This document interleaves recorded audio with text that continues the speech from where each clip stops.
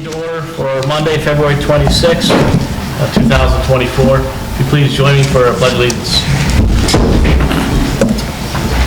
I pledge allegiance to the flag of the United States of America and to the republic for which it stands, one nation, under God, indivisible, with liberty and justice for all. Thank you.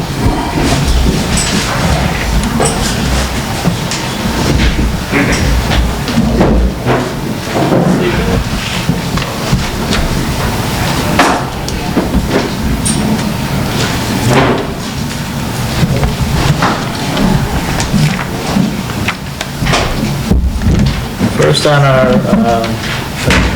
agenda for this evening is Damien Cody. Hello. How are you? Good. I see back right here for me. It's some hot topic tonight.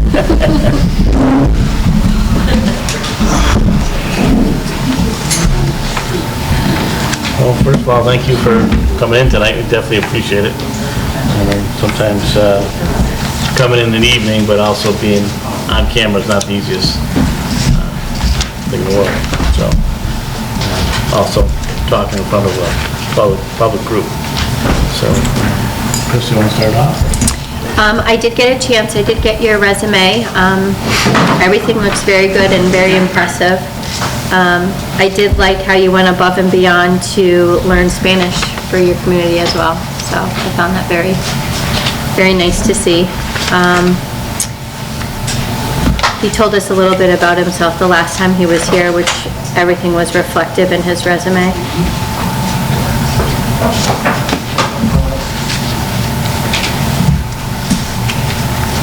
I didn't have any questions after looking it over. He's definitely more than qualified for the position.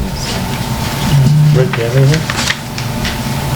Yeah, the only question I have is, can you refresh my recollection on why you left South Hadley? Or why do you want to leave South Hadley? I know we talked about it, but I don't... Yeah, I haven't. I mean, the main thing is, if there's one thing, it's I have a quality of work that I want, that I expect out of myself, and it's not possible by myself in that community. Okay. It's too big of a community, and the college has proven to be, it's got a lot going on. It's good for the community, but it's also a lot of work. You know, it's 1 day a week, all day. So I think here I would fit better on my own. You know, the general rule of thumb is you want one person per 10,000 people just for building inspections. So I think it'd be good, and I could do what the folks would expect out of having somebody around. Perfect, thank you. Yeah. I looked at his resume, I thought, like Chris, I was some copy, Chris, I think he's more than qualified.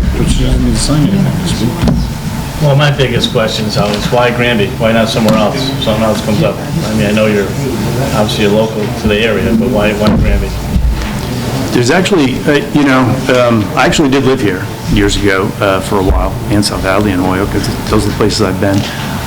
There was a couple of contractors that I ran into, and I can't name their names. I don't know who they are, never met them before, and they know me, and they said, hey, we have this opening, why don't you look into it and apply? And I said, I'm not really actively looking, and so they kind of talked me into it, somebody that works in both communities.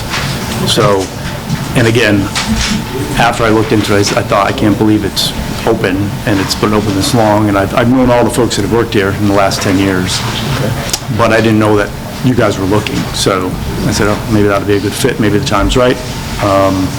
And again, I think for what I am looking for out of an employer, I think this would be a better fit for me, and I think I would fit fine into the community.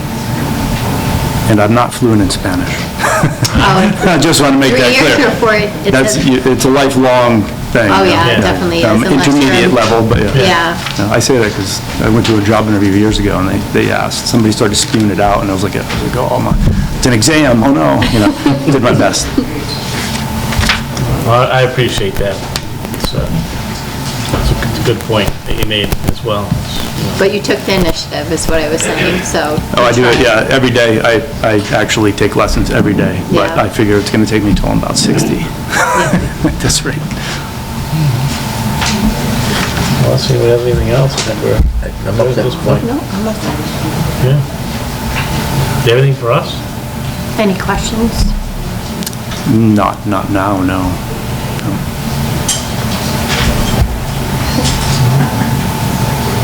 You good? Yeah. Rob and Joe, I think, yeah. Come up for it. Favorite walking in the position? Yeah, definitely. I know we just received one today of someone who was interested, but we already have Damon and he's got all the qualifications. So I will make a motion to offer Damon Cody the job. I will second that. All right, so you further? Enter into contract negotiations. Well, yes. We're going to enter into contract. Negotiations. Yes. Thank you. You may or may not want the job. Yep, it's gotta be in writing, right? Yeah. Yep. All right, so, I will make a motion to enter into contract negotiations for the building commissioner for Granby with Damon Cody. There we go. Second. second. All right, any further discussion? No? All in favor? Aye. Aye. Anybody opposed? All right, well, thank you, sir. Okay, you. that was We'll be in good. touch, or Mr. Martin will be in touch. Very good, thank you. Thank you. Thank you.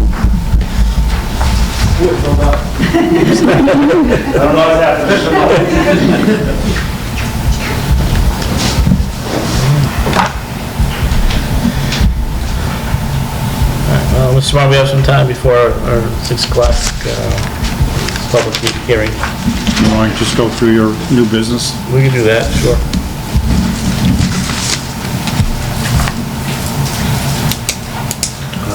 Departmental reports. Yep, can do that. Let me get to that page. So I will make a motion to approve departmental reports from February 12th and the week of February 12th and the week of February 26th. Is there a second? I will second that. Any further discussion? None. For me. I did have a question.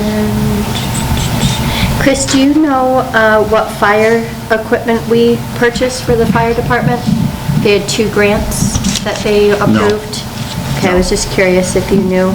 I know one of them was for a lithium-ion battery response, but I wasn't sure what the other fire equipment that purchase was. No, do not know. And then Jeremy had mentioned that he wanted to see Taylor Street side closed because of the muddy ruts that are occurring on the property. As every spring, when it Yeah. starts to thaw, it becomes a mud pit. Yeah, I did run it the other day, and actually I sank into the ground just walking, pretty deep too. Yeah, so, we're in that time frame right now where the frost is starting to come out of the ground, so that's the only reason he wants to close it, so that we avoid the ruts and Yep. all the other issues.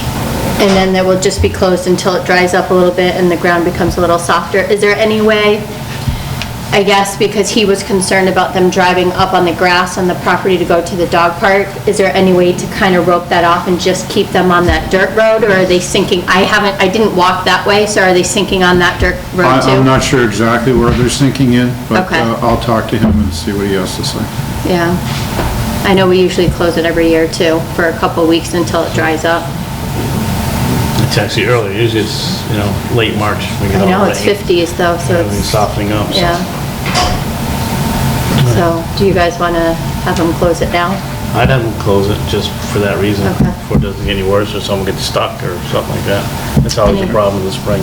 And I think last year there was problems with people parking right in front of the gate too, so if he can put a sign there that says no parking so emergency vehicles can get in and out.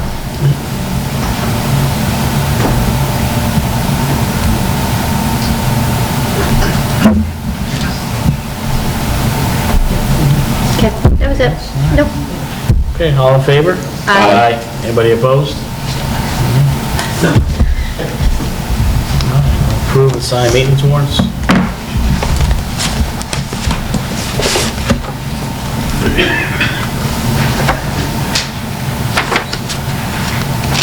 All right, I will make a motion to approve warrant number 50. This is a payroll warrant dated 2/12/2024 in the amount of $464,500.65. I'll second that. Any further discussion? I will abstain from the selectmen's salaries and the teacher salaries. All in favor? Aye. Anybody opposed? And I reckon myself will vote out of necessity for the selectmen's salary.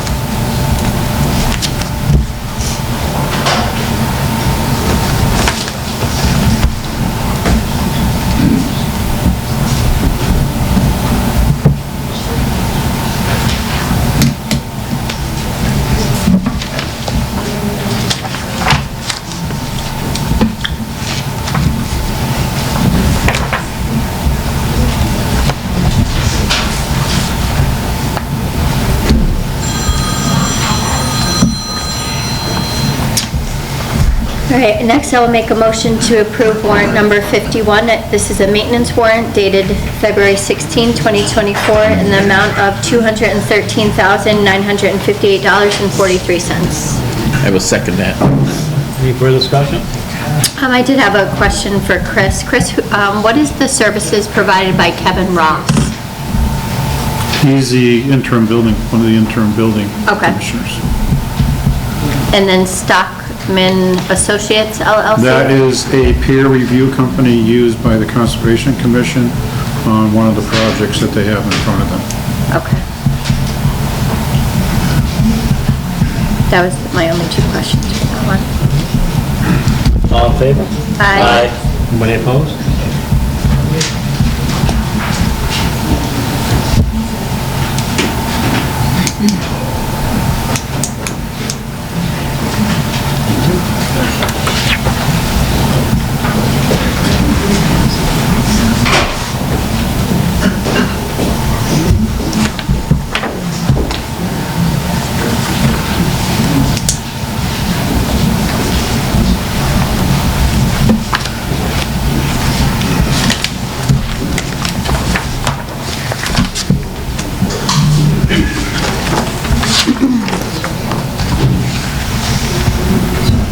Next, I'll make a motion to approve warrant number 52. This is bills payable warrant dated February 23rd, 2024, in the amount of $221,928.84. I will second that. Any further discussion? I do. Actually, I have two questions, well, three questions. Dressel Service Station, it said newsletter printing for Dressels. That's what? It says newsletter printing. That is the account that the Council on Aging Director charged it to.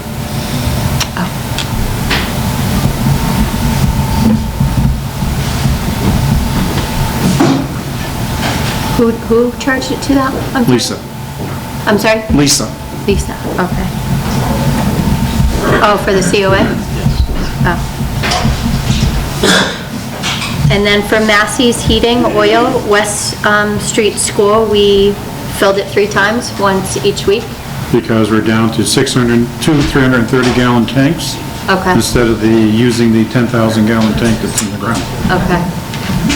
So you're going to see more fill-ups for heating the building. Yep.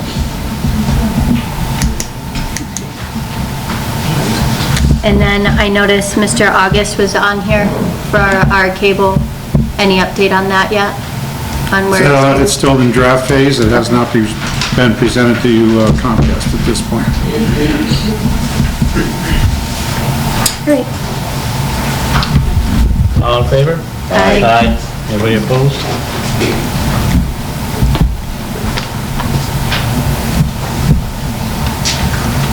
I feel like they stick sometimes.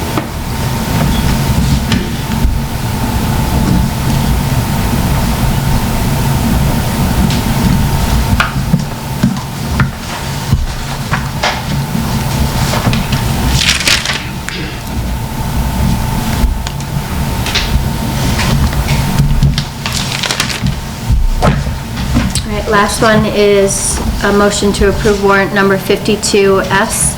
This is a bills payable warrant for the school dated February 23rd, 2024, in the amount of $193,966.34. I will second. Any further discussion? Chris, would you be able to answer what the Dennis Burke Incorporated for heating was That's heating oil. That's heating oil. for 30,000? Yeah, they have a 10,000-gallon tank, I believe, up there too. Okay. Or actually, it could even be a 20,000-gallon tank. I think that's for the high school. Thank you. All in favor? Aye. Anybody opposed? Wow, oil's gone up. It's a big thing.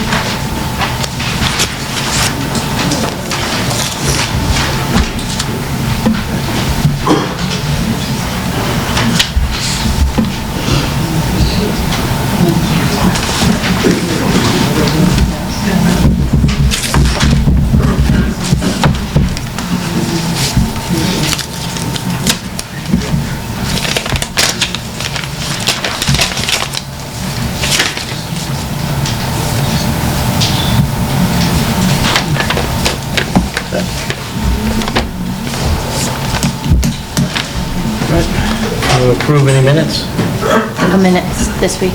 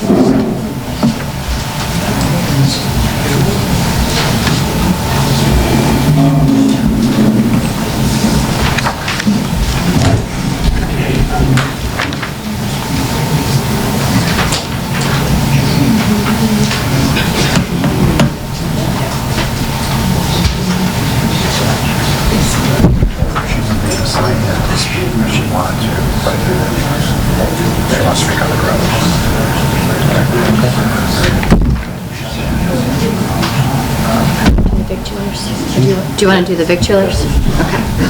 So we'll approve to sign 2024 common vic licenses. All right, I'll make a motion to approve victulars license 24-28. This is a victulars license for S&P Foodies Hub Incorporated, doing business as Thai Chili Truck on 65 Maple Street in Agawam. This is for the Wine Haas at 16 East State Street in this place only, and expires December 31st, 2024. Do I have a second? I will second that. Any further discussion? All in favor? Aye. Anybody opposed?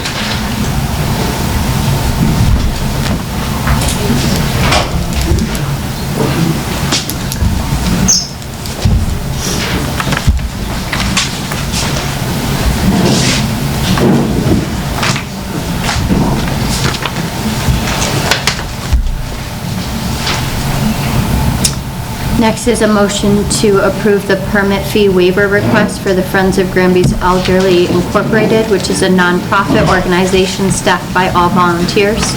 So this is waiving their common victulars and entertainment waiver fee. Second. Any further discussion? All in favor? Aye. Anybody opposed? I'll make a motion to approve common victulars license 24-29 to the Friends of the Granby Elderly at 32 Kendall Street, Granby, Mass. In this place only, and expires December 31st, 2024. Second. Any further discussion?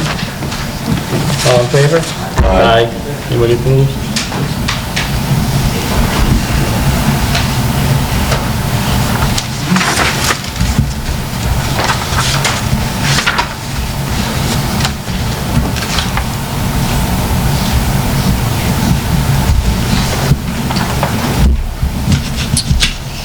So that we waive the fee for the common vic and the entertainment together, so do you want me to make another motion for the Make another entertainment? motion, so it's clear. Yeah. So I'll make a motion to waive the fee for the Friends of Granby Elderly for their entertainment license, as they are a nonprofit in Granby, staffed by all volunteers. I will second that. Any further discussion? All in favor? Aye. Anybody opposed? I'll make a motion to approve entertainment license 24-09 to the Friends of the Granby Elderly at 32 Kendall Street in Granby for an entertainment license to provide entertainment as follows. Live entertainment consisting of bands to be held in the gazebo located at 32 Kendall Street or Dufresne Park, Granby, Mass., sponsored by the Friends of Granby Elderly. Second? Second. Any further discussion? Sorry, expired on December 31st, 2024. No, second. Any further discussion? No. All in favor? Aye. Anybody opposed?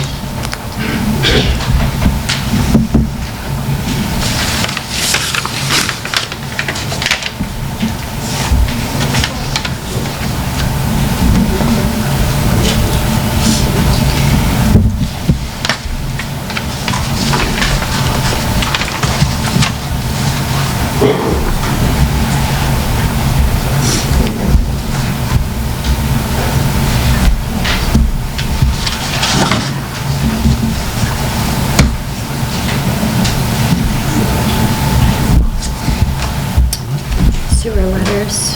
Now review and sign sewer letters. So,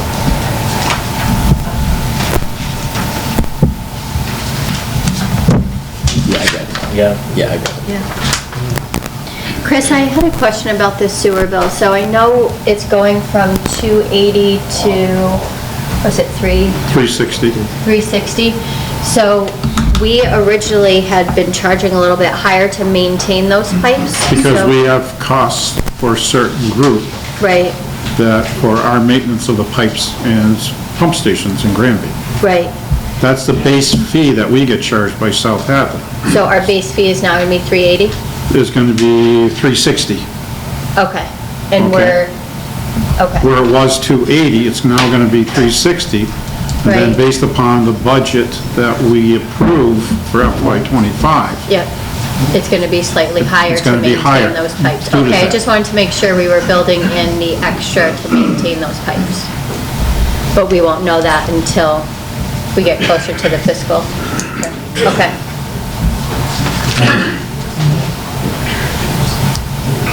Anything else?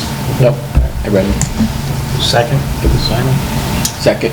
Do you want me to make a motion to approve the sewer letters, or? My apologies. those are going to go out to the sewer users. Do you Right. have the two individual letters also? Yeah, I do have these ones too. Okay. So if you guys want to take a look at this one's for, You sent those to us, correct? Yes. Yeah, I Yeah. read it, yeah. That's just what we- yeah, I think the only thing that we changed, right, was just the intermunicipal agreement. We just added that to, that language to it. It's just a change because of,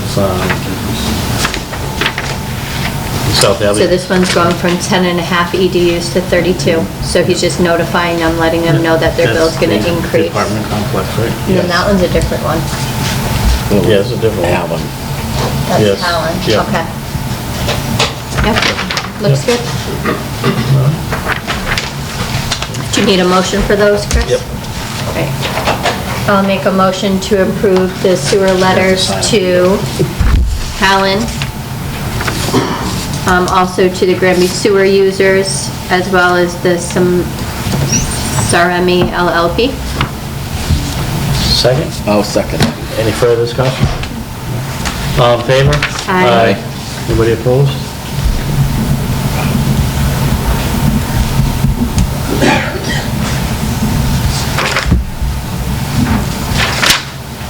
Do you want me to sign them? Okay. No, we don't need those signed.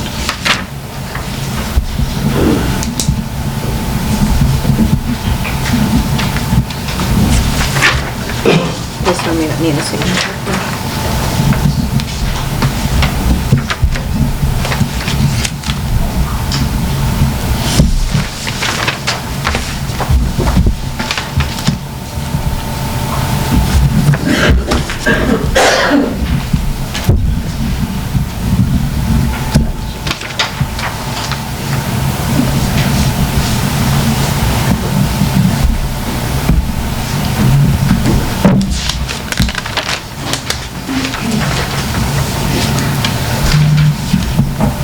It's now 6 o'clock. We're going to continue our public hearing.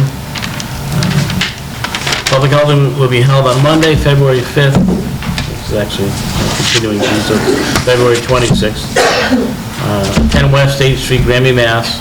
To consider a gravel pit application by LJ Development LLC applicant and owners James and Kathy A. Slate and ET 44 Mercer Drive, Belchtown, Mass. To remove earth materials from the property located on Tromke Ave as per zoning bylaws, section 5, special use regulations and performance standards, 5.8, earth removal of the town of Granby. I'm sorry, I have difficulty hearing. I'm at the back of the room. Could you move the microphones closer? If they don't go over the top, it's just from us speaking, so. Speak up there, please. Yeah, I'm a United States Air Force veteran, and I have a documented disability in hearing. All right. So I'll speak up as loud as I can without seeming like I'm yelling, okay? So, and I do apologize, unfortunately, for some reason, we're unable to connect the overhead speakers. So, just an issue with that, so. For some reason, someone can't hear me speak, please just say, can you speak louder? So, or at least any one of us on the board, at least that way we do know. Because I do want to make sure everybody has the opportunity to hear us and to be heard, so. With that said too, and we have a large group of residents and people here, so what I want to talk about, a couple things, just please, if you could turn your phones off, so phones don't start ringing while people are speaking. I'm going to ask that everybody be polite to one another, so be courteous when someone is asking a question or someone's given a response. Excuse me, someone's given a response that we're listening to what's being said. Also, wait to be called upon. I know we're going to have a lot of people that want to talk, so I'm going to ask that I will call upon you when you're asked to speak, if you will. Please state your name and your address. Okay, and again, if people can refrain from talking amongst themselves while this is going on, as some people already stated, it gets difficult to hear inside here, and it does echo a little bit, so if people start having individual conversations, it'll be hard for other people to hear what's being said. All right. All right. That said, we'll start, and again, this is a continuation from our previous meeting on February 5th. There was some issues or some concerns that came up at our last meeting that I know the select board wanted to review. A couple things were in regards to when we talked about was some of the concerns about weight restrictions on Bachelor Street, also the partial damage to the roads, as far as other roads in our town. There was a comment made that they weren't sure how Bachelor Street was compared to other streets in the town. So we did want to make sure we followed up with that. And we have Dave DeRosa, who is the head of our highway department. Dave is going to speak in regards to that.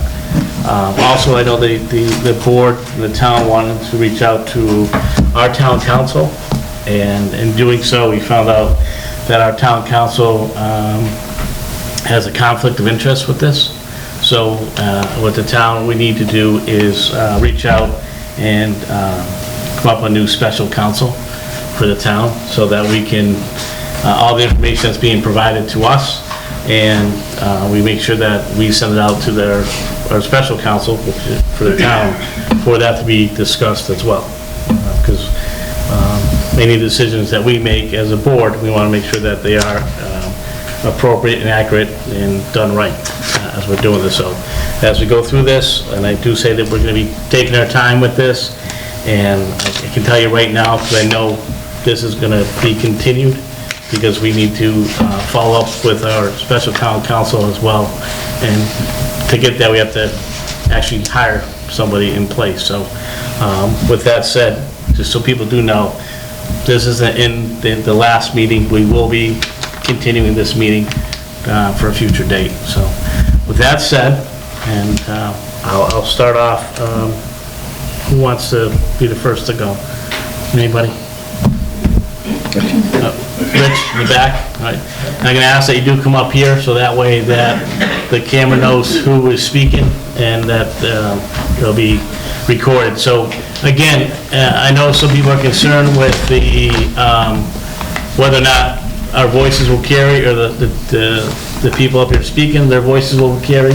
However, this will be you will be able to see this on video as well. So if you do miss anything, I do encourage you to research it on video, and that's one of the reasons why we have people speaking into the microphones as well, so to make sure that's carried across. So with that said. My name is Rich Stamaraki. I live at 428 Bachelor Street.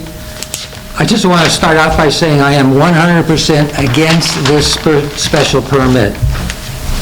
If you look at how much cubic yards they want to move out of the gravel pit, the land area, it's exactly the same as it was from the first time they tried to get a special permit in 2010 and 2011.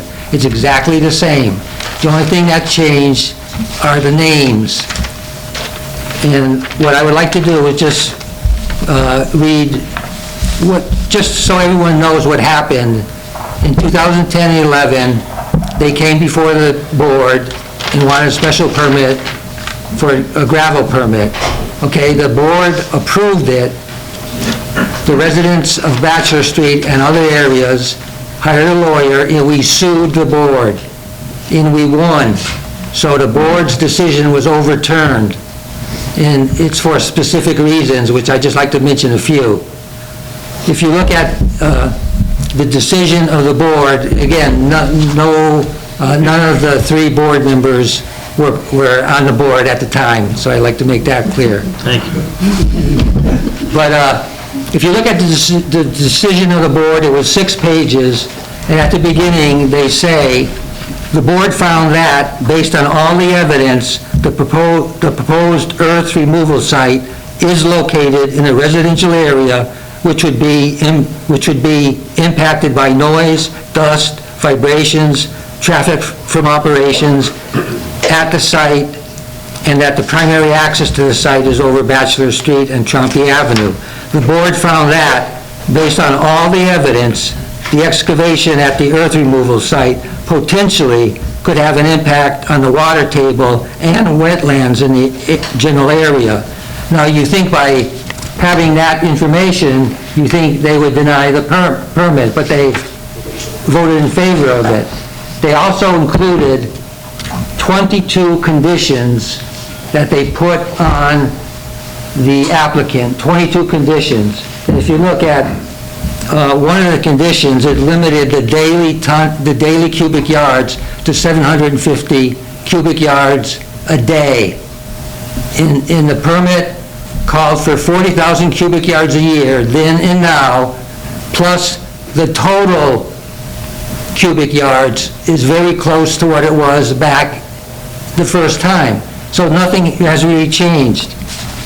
If you look, the next item, if you look at the judge's decision, okay, it's only 9 pages, and here it is. Everyone should read what the judge said, because it's very important. A lot of the points in here apply to what's going on today. If you look at the judge's decision on page 7, it says, I nevertheless conclude, based upon the facts found above, that the Select Board's decision was unreasonable and legally untenable. Although the Select Board clearly recognized the importance of various considerations, including the effect of the proposed earth removal operations on traffic, noise, and safety, it did not adequately address these concerns before issuing the special permit in several respects. One more sentence. In addition, under the bylaw, it was incumbent on the Select Board to determine that the proposed use would be suitably located in a neighborhood and that the proposal will not create traffic congestion or impair pedestrian safety before granting the special permit.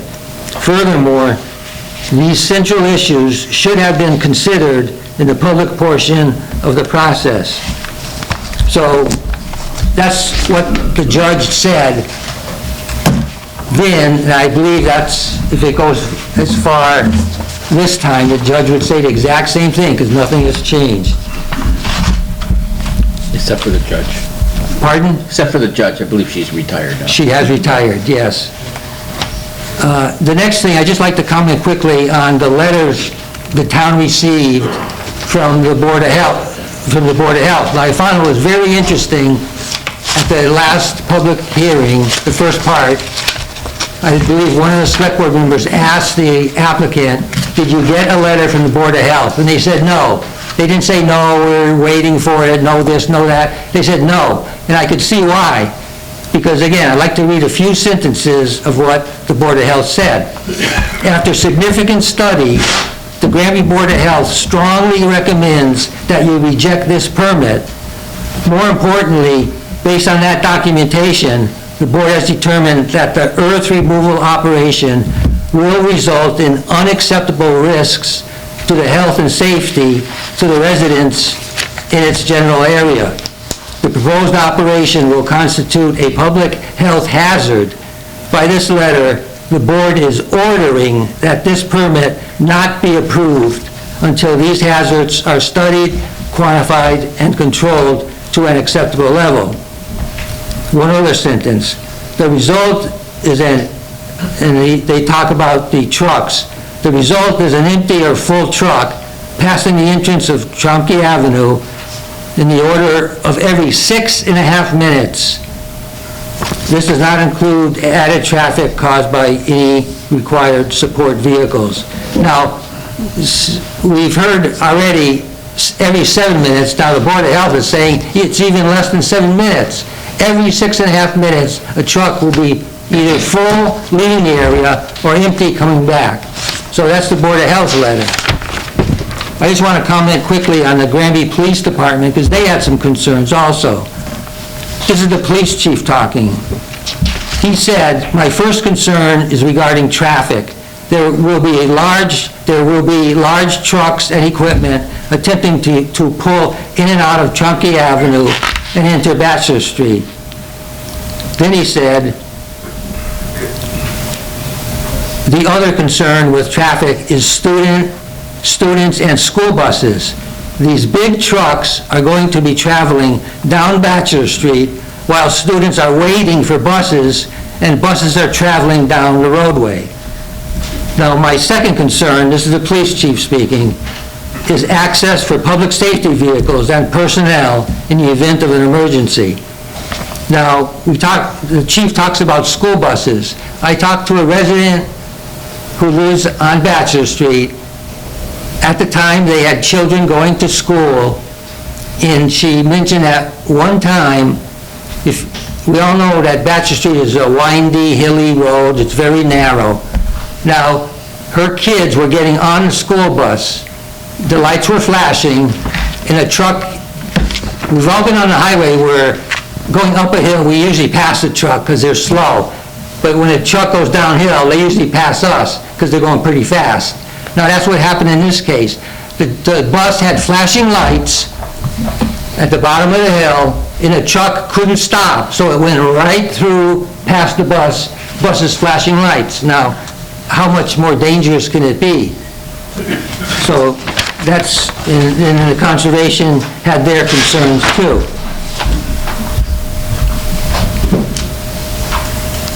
Now, the next thing I'd like to just comment briefly on, if you look at the applicant's application for the permit, they have one page, it's called Earth Removal Permit Narrative, okay? And if you look under, it says earthwork quantities. Now, this is it shocked me, it really shocked me, because at the first public hearing, the applicant said, well, we're not going to even take out 40,000 cubic yards a year. It's going to be a lot less than that. Now, if you look at, he goes, I don't know where that even came from. It came from their own application. It says the applicant has estimated a yearly removal volume of 40,000 cubic yards. Now, this is the amazing part. It says, this leaves a net of approximately 292,280 cubic yards of material to be removed from the site. Now, I like to look at it globally. 292,400 cubic yards over the life of the gravel pit is 30,000 trips back and forth. Now, I thought my math was wrong, but I checked it 2 or 3 times. It's 30,000 trips back and forth over Bachelor Street, over the life of the contract. Now, if you remember the first part of the hearing, they never mentioned what the total cubic yards would be. They said, well, it's in phases. They never mentioned the total cubic yards that they want to take out. This is a massive project. Well, not to interrupt you, but I do remember, because I just went back and looked, what they did say, was the permit allows up to 40,000 per year. That's the limit. That's what the permit says. That's the but- limit, that's the town limit. Yeah, that's the limit, but the applicant said, we'll take out nowhere near 40,000. But you gotta remember, I watched Judge Judy enough where orally, what they say means zero. It's what's in the document.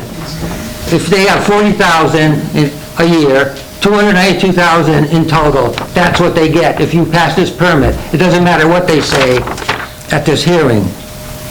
No, I get, the only point I was making, that's what the permit allows, like most permits. Well, that's what you say most permits. It should be in their permit exactly what they will take out, because they did say, I'm not arguing with you, Rich. Yeah, I know, I'm I'm- saying that's some, a lot of the gravel permits that come up in front of us. If Yeah. There's a max, that's the max. Yeah. I just said that because I noted that in the last. well, that's what the problem is. They say they're gonna take out less than 40,000 cubic yards a year, but the permit says something different. Just because you see that in every permit, doesn't mean it's right. And then,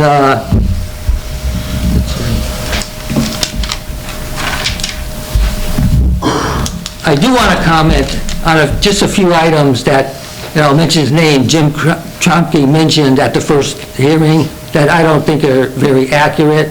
He said he doesn't know where the 40,000 cubic yards comes from. It comes from his own application. Then he said that's all, let's see. He said he didn't know where trucks would be going by every 7 minutes. He didn't know where that came from. It came from many sources. It came from the Board of Health. They said 6.5 minutes. So it's common knowledge. You just do the math. It comes out to roughly every 7 minutes a vehicle will be going by your house on Bachelor Street. I don't know if it's common knowledge, what? Well, it is now.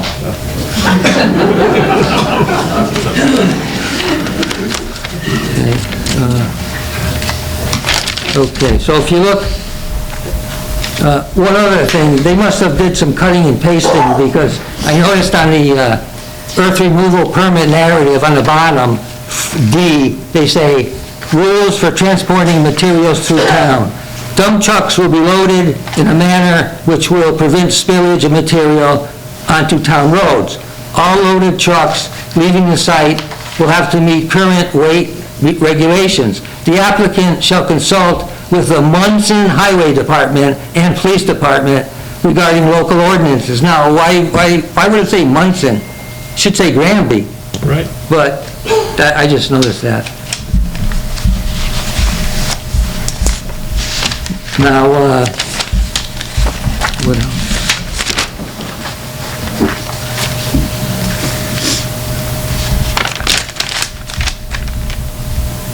Oh, he also said if there are any issues, they could be resolved because the permit is issued every year, it's renewed every year. But if you look at what the judge said, she said something different.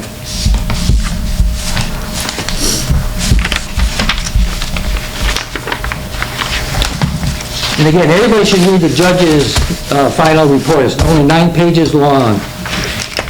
And it has a lot of good information. But if you go to page 8, item 17, this is what the judge said.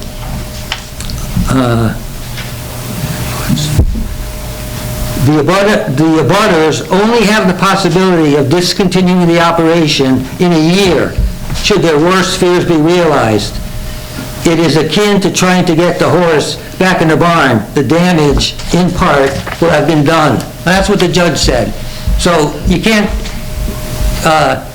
just because you renew the permit every year, I think it's, like I say, the damage could be done. So that statement, I believe, isn't true. Well, it is a true statement that they are renewed every year. It is, but if there's any damage that's done, it's done. That's my point. Okay. Then he said, this is the last comment, he said, there is already one gravel pit in operation. What difference would adding another one do? Now, that's like Russian roulette. That's like saying, well, no school student got hit by a bus, so let's increase it, and let's see what happens. That doesn't make sense. You're increasing the odds of an accident happening. Now, I was on Bachelor Street the other day. There are telephone poles where you can't even walk between the telephone pole and the street. There's like a foot of space. You have to go in the road to walk. There are several telephone poles that are like that. So whether it's a student, whether it's someone elderly, whether they're riding a horse or walking or jogging, it's just too dangerous. Now, I'm getting down to the end. Now, this is the point that was brought up by the attorney. It's the board's responsibility to find out all this information. It's not the residents' responsibility. Rich, can I stop you? Yeah. What attorney you're talking about now? You're still referring to the judge's decision? No, I'm talking about Here. the current judge, attorney that may be used, depending on which way this goes. Okay. Now, I just listed, this morning for breakfast, I was eating breakfast, I listed everything that I think you, the board, are responsible to research and look into. Okay, how are people's wells affected? Is the water table going to be lowered? Wetlands issues, zoning issues. On Trumpy Avenue, if you grant this permit, it has to be updated for the subdivision rules. You have to put in a asphalt paved road, has to be 26 feet wide. You may have to put in lighting. I guess that bridge is ridiculous. You have to put in a new bridge. I went over the bridge on that street in my car. I was afraid. I think I had a foot of space on each side of a car, a small car. So, and then, let's see, noise issues, vibration issues, other health concerns, traffic issues, safety issues, contamination due to fuel and other liquid spillage. And then, but those are all issues that I think it's noted more, it may be noted in the prior judge's statement too, that it's your responsibility to look at these issues. It's not the residents. We may bring up the issues, but you have the responsibility of making sure all the tests are done and everything is okay. And that's what. Rich, just who from this board said it was the responsibility of the residents? The lawyer.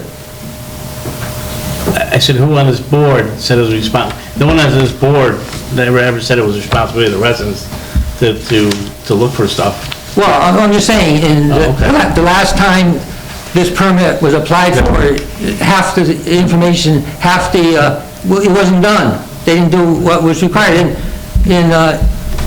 Actually, on Facebook, I won't mention his name, but he was one of the selectmen, he said that he got bad advice from the town attorney, that they didn't do half of what, he didn't say they didn't do half of what they should have done, but they didn't do a lot of what they should have done. Okay. No, I was just clarifying that no one on the board ever, ever thought that we needed to reach out to the residents for information for our job. Yeah. What our responsibilities are, we do know that. Right. Okay, I'm on my last page. So, what I want to say to end this is that Granby is listed as one of 8 streets in Granby, according to the bylaws, that is called a scenic road. So I'd like to keep it safe and keep it where people can enjoy nature, because there are special requirements for scenic roads in Granby, if you look in the bylaws. So again, I'm 100% against this special permit. It's already been adjudicated in a court, and nothing's been done from the last conditions. Now, the board back then put on 22 conditions, and the judge said that wasn't enough. You didn't do what you were supposed to do. So if you do issue this permit, I would think you would at least include all of those 22 conditions plus more. So thank you for your time. Well, thank you.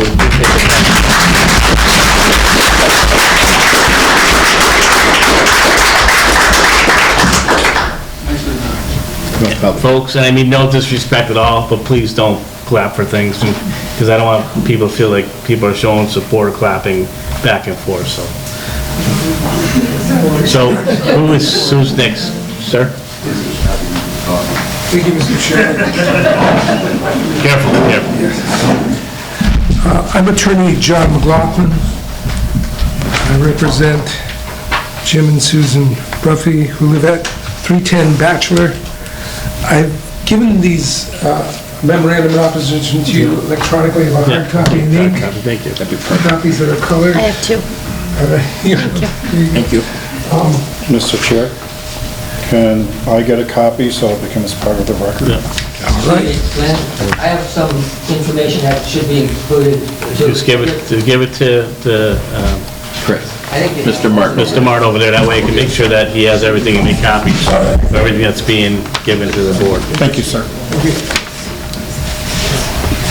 I do want to let the board know that I was retained on Thursday, and I filed this on Friday, and when I filed it electronically, I also did give one to the applicant's expert too. I wasn't trying to sandbag them, so they've had my opposition since Friday. Okay. All right? I do mostly land use and zoning. I've represented many earth removal clients, both on the side of trying to get special permits and on the side of being hired by neighbors to oppose special permits. I watched the video of the last hearing, and what it looked like was that the applicant was addressing only part of the requirements. In your bylaws, you have 5.8, which deals with the special permit for earth removal. But you also have 6.2, which deals with special permits. You have to do both. It looks like the narrative is simply a recitation of all the elements that they must show, must at least discuss to get the earth removal permit. But they should have also gone through a litany of matters to get a special permit itself. You have to get a special permit and a special permit criteria for a particular kind of special permit, be it like solar arrays or cell towers. They'll be different, but they still have to get the general special permit. They didn't do anything for the general special permit. They simply ignored it. I mean, based upon the presentation, you could just deny it right now because they didn't go through anything. And talking about the last lawsuit, that was part of the problem with the last lawsuit. There were various reasons referenced by the judge. But one of them was that the prior board, when it came to the traffic issue, just sort of left it to a DPW or government officials, which is illegal. That's called a delegation. You can't do that. If the issue is traffic, we have to address it now. You have to really do that. The other thing is, as I cited some case law in the memorandum, it's not up to the opponents to poke holes. The applicant has to put in evidence as to all of these issues. The applicant has to say how it's not going to be a traffic problem. The applicant has to say how there's not going to be bad sounds. The applicant has to say about the culvert on Trunky. The applicant has to give you evidence as to why they can get each one of the criteria passed. They didn't do anything. I mean, it was really one of the most lacking presentations I've seen. And for example, on sound, your bylaw is a little bit unusual on sound. Your special permits, and you have your 5.2 sections pertaining to conditions must be met. Your bylaw is explicit. It says even if you get a special permit, you still have to abide by these sound bylaws. That means they have to have testing. I just did one in Berkshire County to get a special permit. Well, I spent $4,000, my client did, to prove to the board that we were not going to violate the sound bylaws. Where's that evidence? Where's that presentation? Where's that expert? It's not here. It's almost like they came here thinking that 5.8 was enough and that if they just showed it, they would get the special permit for some reason. That's what they believe. But They're ignoring the special permit general criteria, and I've gone over much of it. One thing I do want to say is that all these elements we're getting into really pertains to expertise. I'm not an engineer. I'm not a sound expert. I'm not a hydrologist. And I don't know what any of your occupations are, but you might not be either. I mean, this calls out for insisting, either denying it outright tonight, or insisting upon peer review that they pay for. Get a good engineer who has some expertise in hydrology, have somebody with sound testing capabilities, and also road and traffic. Where's their traffic report? You know, they had a lawsuit that specifically said traffic, and they come in here without any traffic report, without hardly anything. I don't see how any reasonable board, based upon what they've done so far, could ever approve this. And the other boards, as the gentleman before me mentioned, they're all against this. I mean, maybe the DPW just signed off on it because they're only looking at the structure. It's not their job. I mean, the police, when it comes to traffic, are far more important to hear from than the DPW. And also, I think they only look at public roads. The culvert that's the big worry for everybody is on Trumkey. I don't think they have to take care of that one. My guess is that that's private, so they don't even look at that one. They're not going to set up a weight violation standard for that because it's not their road. So that's crucial. And critically, that is also in the floodplain. And one thing the judge said last time that still holds true this time is that the floodplain requires a special permit to take all these trucks over through the floodplain. I mean, she was quite clear on that, and that hasn't changed. I don't think the bylaws have changed on that matter. That's still the same. They've got to get a special permit from the planning board.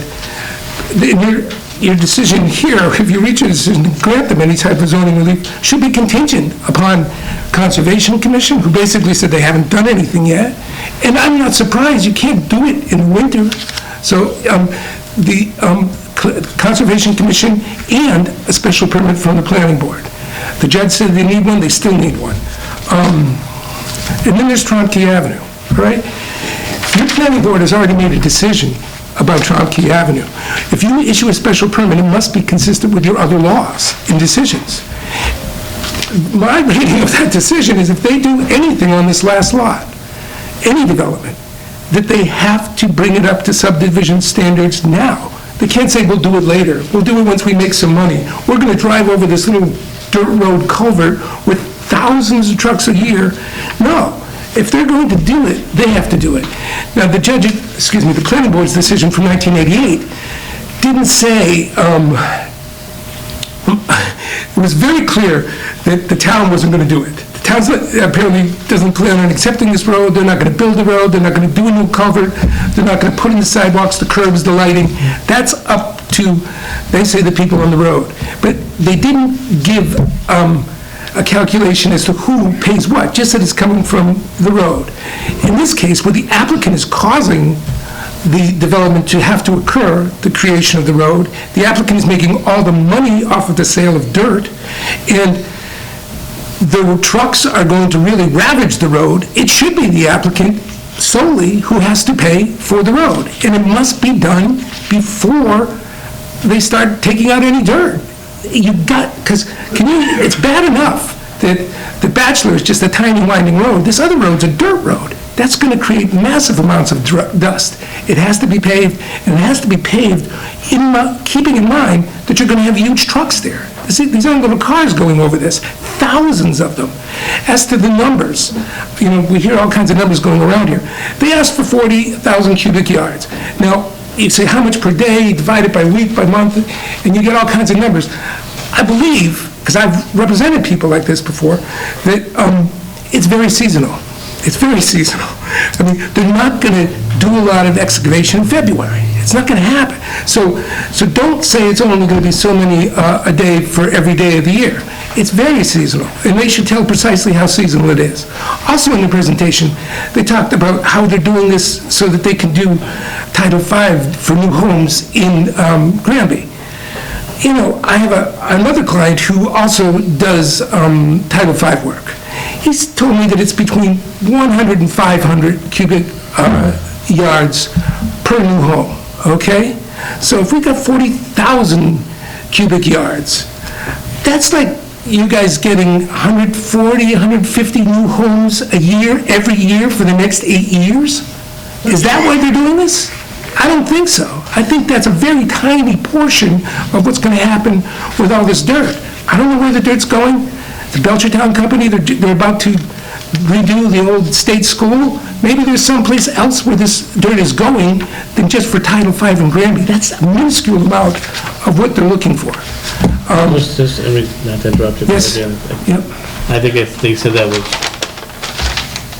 one of the areas it was going to. They were just saying it was all going to. No, but I mean, somebody got up, their presentation was, we need this in Granby. I mean, this is a minor thing. It's not why they're doing this. That's not the cause. The sound testing, like I said, they talked about massive vehicles, sometimes they're at the same time. You could have backhoes, you could have excavators, you could have bulldozers. And the other question I come to is screeners. I didn't see the reference of a screener in the narrative. And your bylaw talks about removal. It doesn't talk about processing. Those are two different legal terms. They do not talk about processing. So they shouldn't be using a screener, they shouldn't be using a crusher. Those are outdoor, in many towns that would be considered outdoor manufacturing. Outdoor manufacturing is banned. And so, you know, if they really need a screener, then they have to go get a new article on a town meeting warrant and get 2/3 votes and get the AG to approve it. And it's got to go for a planning board first. I mean, I don't think they can use a screener, but if they're saying they're going to use a screener, you've got to take that sound into account too. They should come here with testing from a sound expert showing exactly what's going to happen. The water issue, I mean, this is the one that I can't even pretend to speak to. I mean, you're talking groundwater from excavation near, they're going to say so many feet away, but they're taking away a huge amount of topsoil and vegetation that used to filter water. Is it going to affect people's groundwater? I don't know, but it's not up to you or the people to show that. They should have an expert testify explicitly, and you should have a peer review, see whether they're giving a credible story or not. The flood zone I've already talked about. One of the other things that is a provision of your specific provisions for the Granby special permit is the issue of screening. What are they talking about screening? Just staying far away? I mean, I did a case where I was representing it wasn't earth removal, it was earthen products. It was called ABC. It's where you do asphalt and concrete and brick. But it was right by a residential neighborhood, unfortunately for my client. And this is right by a residential neighborhood. We had to create a concrete berm going straight up, and then a wall 50 feet away, we lost 50 feet of going down at an angle planted with trees to protect the residential neighborhood. What are they doing here? Do they talk about anything to protect the residential neighborhood? No. I'm doing another one in Franklin County where they're talking about building a huge earthen berms. Nothing, we'll just keep some trees there. I mean, they're supposed to protect the neighborhood, especially when you're doing this directly in the middle of a residential neighborhood. There's also a really critical one. It's 2.27.2, okay? This is one of your bylaws, which is a criteria that they have to meet for special permit. And it's basically, it says, they have to show that in this particular residential neighborhood, which is residential single family, that people can do stuff as of right that's reasonably compatible, okay? I don't know what use they're talking about as of right that's reasonably compatible with 4,000 or 5,000 trucks a year. But that's what your bylaw says. They've got to explain the way out of that, or else that's fatal. I don't see any way around that. That would be another one that would take an article on a warrant and a town meeting vote, as far as I can see. There's nothing close. There are some things agricultural, but nothing with 4,000 to 5,000 trucks a year. And they didn't address that in their presentation. Now, the prior lawsuit, I think that the judge really was on point where she said, where she keyed into the traffic. Traffic is a critical issue here. I mean, there's just no way around it. And you know, my clients, where they live is if you come up Tromsky and take a right, it's the second house on the right. So every single truck is going to go by their house. And it's a short, it's a narrow road, winding, not good visibility all the time with school buses. Look at what your police department said. I mean, you know, I understand that, you know, that DPW or the road people may say, oh, the roads are fine. The police know more about accidents than anyone else. And yet it's your own police department that has huge problems with this. I think I've tried to address most of the issues. I've addressed them at more length in my memorandum, and I would be glad to take questions if any of you have questions of me. Any questions? No, I did read the document that you sent us, and I did look up our bylaws as well, so Thank you. I don't have any questions. Thank you. Thank you. All right. Appreciate the input. Thank you very much.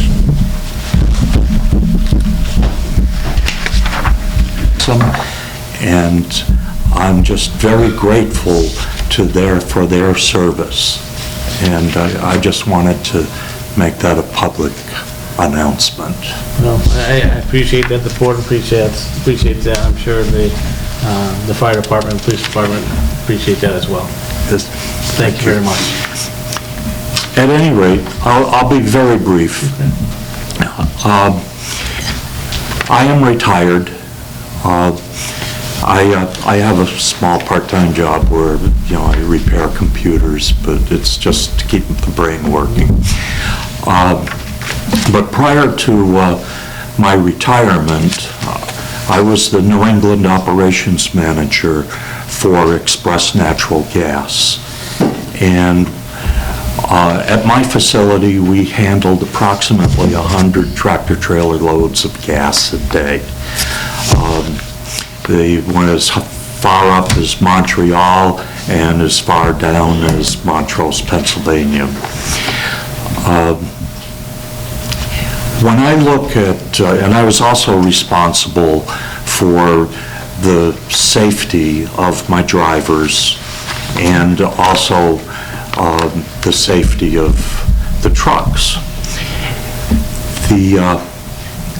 If I had a driver that drove down Tromke Avenue with one of my trucks, I would fire him on the spot because it's just not safe. What do they do when you have two trucks coming together?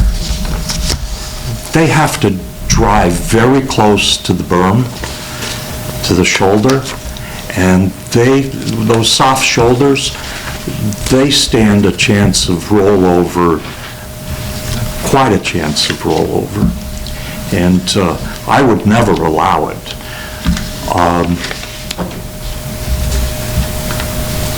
Beyond that, I do have a concern that if you do approve this, as to what is going to control the number of loads per day. Because, you know, I had a number of clients that, particularly asphalt producers that we provided gas for, that would close around November 1st and open again in April, usually the beginning of April. If they're planning on doing sand and gravel for paving companies, they're probably going to be the same type of thing. So if they're going to be doing 40,000 cubic yards a year, is that a potential? Or is it, well, we're only open 150 days, so we're going to compress it into 150 days? And I don't think that would be right at all. The amount of traffic would be insane. So I think that needs to be looked at very closely.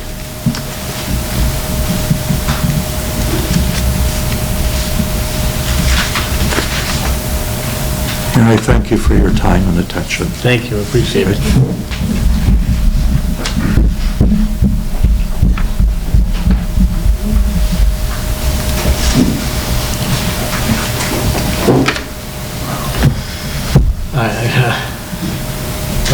So I'm just gonna try to make my way around the room so I don't miss anybody.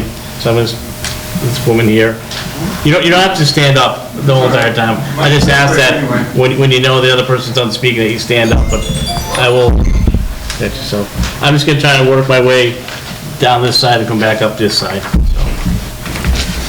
Good evening. Good evening. And thank you for letting me be here. I'm Diane DeShays, and I'm at 312 Bachelor Street.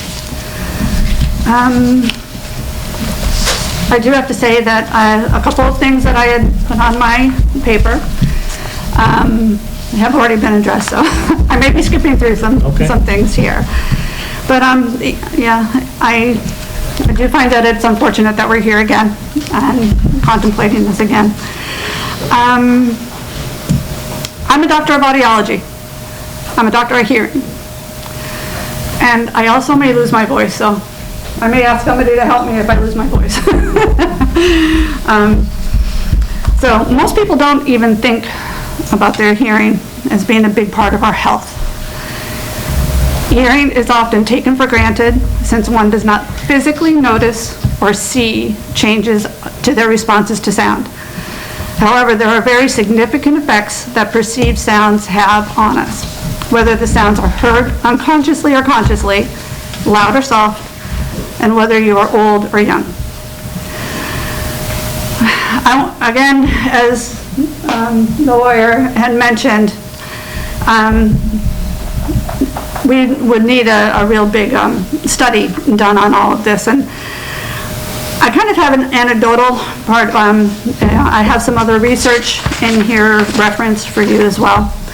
But the on-site decibel readings that I've seen range anywhere from about 70 to 120 decibels. And it's weighted over a course of 24 hours for all of this. But distance and from the proposed site decrease the intensity of these sounds, and the sounds of the trucks going past our homes may seem brief, but these ongoing sounds have a great impact on everyone in the neighborhood, whether they're 25 feet from these sound sources or a mile or more away from them. And as the site is stripped of its trees, the sound levels will increase. Our first go-around back in 2011, I am not a sound person. I'm a clinical audiologist, but I had a colleague who had equipment and helped me set it up on my front porch. And I took measurements over a number of days, and my unofficial reading was 92 decibels from the trucks going by my house. Our porch is about 57 feet from the edge of the road. And with each pass of the truck, dishes and glasses in a cabinet that's right by our porch rattled very loudly every single time these trucks went by. I'm afraid of what those vibrations were doing to our well, which is only 29 feet away from the side of the road. Back then, the vibrations and sounds were very bothersome to us, but today these sounds and ground vibrations have even greater significance for me. Studies over the past few years have shown that exposure to noise, whether loud or soft, especially over an extended period of time, can contribute to annoyance, cardiovascular disease, type 2 diabetes, sleep problems, stress, anxiety, depression, decreased cognitive and memory ability, attention deficit, childhood learning difficulties, and low birth weight in infants. Noise annoyance can result from noise interfering with daily activities, with their feelings and thoughts, sleep, and they might be accompanied by negative responses such as anger, displeasure, exhaustion, and stress-related symptoms. Annoyance substantially contributes to the burden of disease from environmental noise. Evolution has programmed human beings to be aware of sounds as possible danger signs. The same goes for vibrations and smells. These biologic and automatic responses by the body causes changes to everyone's nervous systems. We are not even aware of these things going on. Also, many people who have chronic medical conditions will be more susceptible and stimulated to the effects of noise, vibrations, smells, chemicals, air particles at lower levels of exposure. We got into bylaws before with the noise, but I just thought it was kind of interesting as I was reading bylaws. So the wording of Granby's noise bylaws, it states, in order to protect, preserve, and promote the health, safety, welfare, peace, and quiet of the inhabitants of Granby through the reduction, control, and prevention of loud or raucous noise that unreasonably disturbs, injures, endangers the comfort, privacy, repose, health, peace, or safety of reasonable persons. All noise levels measured at all property lines must not exceed 65 decibels, rated between 7 a.m. and 7 p.m. Your noise law, D, states that commercial uses shall be designed and operated so that neighboring residents are not exposed to offensive noise. Kind of find it ironic a little bit. You know, I have to think that the person who lives approximately 25 feet from the gravel pit site is going to be experiencing these noise levels, but again, these studies have to be done. And that other research I have found indicates that to protect most people from annoyance and other adverse health effects, sound levels from road traffic should not exceed 60 decibels at the most exposed side and no more than 45 decibels on the quiet side of the residence. I still think there might be a good chance that we have to look at those bylaws, okay? It's also interesting to note, as I'm looking at things on the United States, it kind of is higher on their noise level acceptances. So research is really just starting to look at the effects of noise on health. And because it really is turning out to be greater than we think. And I'm going to get into that a tiny bit more. I'm really concerned about the overall health of all the residents who will be exposed to this. Not just to the noise and vibrations of the project, but also to the exposure of diesel fuel, particulate matter, whatever may come our way. All of which have many dire health effects. Many of the residents on Bachelor Street who would be exposed to the largest amount of diesel fuels, airborne particles, noise, and vibration as the trucks turn from Chomsky to Bachelor are already very medically compromised. We have people who have COPD, who have respiratory conditions, advanced stage cancer, and as well as autoimmune and nervous system disorders. These people would be among the extra vulnerable if exposed to any of these toxins and sensations. My youngest daughter and I have a severe autoimmune. Sorry.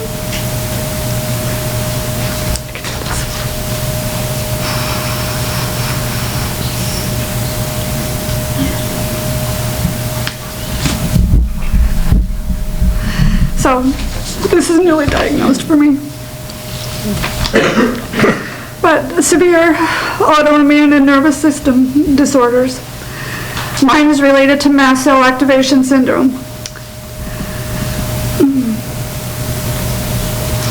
And it's so severe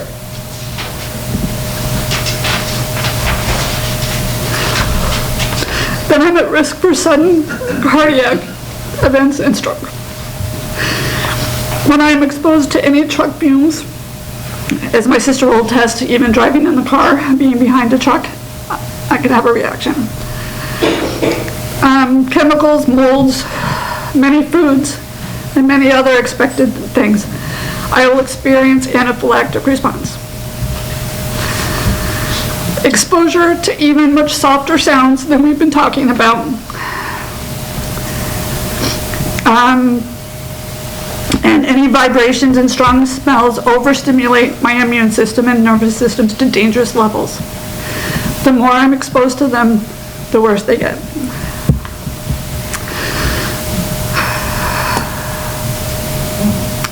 Yep, these are life-threatening to me. There is no cure for what I'm experiencing. I am unable to work, so I'm home most of the days. I'm unable to tolerate any medications for this condition. Alternative treatments to reduce my symptoms are very expensive and not covered by insurance. I don't know why I put that in, but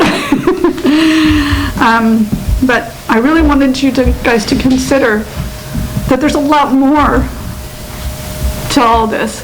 Every single time those trucks go by, I feel it, and it sets off symptoms. If I continue to have exposure, it gets worse and worse, and I never recover. Okay. And then, if my immune system and nervous system are allowed to rest, it can kind of reset itself and on new ones, but if it's bombarded, it's life-threatening. I don't want to move, I can't move.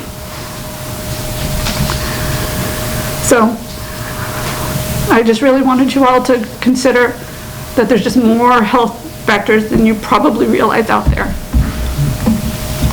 Not just for me, for a lot of people, including the people who are up there on Trumpy Avenue. Thank you. Thank you. Appreciate it very much.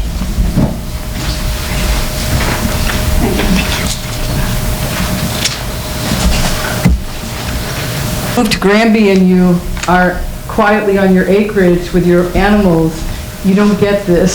So it's really heartening to see people who also have mast cell problems kind of show up and express their concern. I just want to say that a number of years ago, my family and I lived 5 minutes from a fire that burned for 3 years at the World Trade Center. And when that happened, I had a brother who's a vice president at United Technologies who called me immediately when the gray matter was coming down and said, I want you to understand what's coming in that cloud towards you. Well, that same brother, he's a fly fisherman too, worldwide, was sitting at my table when I read about what was happening in Granby the other night.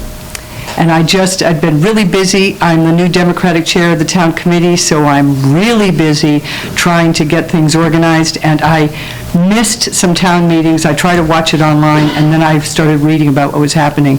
And my brother is renovating a home here and has sold his house in Connecticut, was sitting at the dinner table, and I wanted to tell you what he was informing me about this situation, and this is a leading environmental and safety vice president at United Technologies. He said, well, a few of the things that I didn't know about, and it may be in a report someplace, so I just wanted to mention these things so that they'd be on your radar, because they were new to me, some of them. Who is doing the environmental impact study and who is paying for it? Have they done the environmental impact study? Are we paying for it as a town? They should be paying for it, and we should be hiring a third-party independent environmental study. And he wanted to know specifically as to what's the impact on Bachelor Brook. When we decided to retire here, we wanted to retire here because there were woods and forests, and this was coming home for me, and it was dark skies at night, and we weren't going to have a lot of light, and we'd have birds all around, and our animals would be happy, and we'd have healthy air. And how close is this to Bachelor Brook? When I look on the map, it looks like it's pretty darn close to the brook. So is anybody going to study the impact on the fish? Is anyone going to look at the impact of dust in the air? Public Health Department in the University of, the Virginia government says, in terms of dust, is sand dust harmful from that question, they answered, large particles such as sand may become trapped in the nose and throat, but can be expelled by coughing to some extent. Very fine, small particles, particulates, can cause more serious health problems because they can be inhaled deeply into the lungs. I mean, I'd really like to know, how close is this to Bachelor Brook? Are they going to be processing the sand there at all? Is it going to be driving through the town, and is the dust going to be affecting all of us? My lungs are already compromised from that 3-year fire I had. The government gave us a nice air filter, but I still, we were still outside gardening and playing in the park, and you can hear what's happening to my voice even.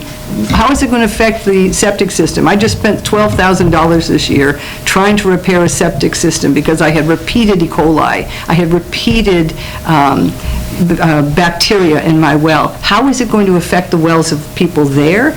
It's an aquifer. I'm at a major hydro connector in town, underground at my property. How will it affect that hydro connector? I have no idea what the toxic influence is, what the environmental impact is, and I don't know if any of us do unless we have experts look at it, and I hope you all will insist on that. Somebody is calling Trouts Unlimited. They'll show up at a meeting, I'm sure, about this, because they're going to talk about the fish and the impact of fish. But how do we protect, how do we protect the waterway? Is there siltation of water from the debris? Are we processing the gravel? Noise was a big concern. Where's the water going? Will there be clear cutting of trees? And those are just some of my questions, and I just want you to think about those things, and thank you. Appreciate that, thank you. Yeah. I'm going to come back up here, okay? Get the people in the back still. Right here?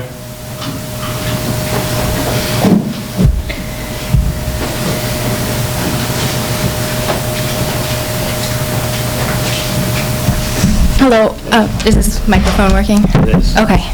My name is Catherine Bean. I live at 391 Bachelor Street.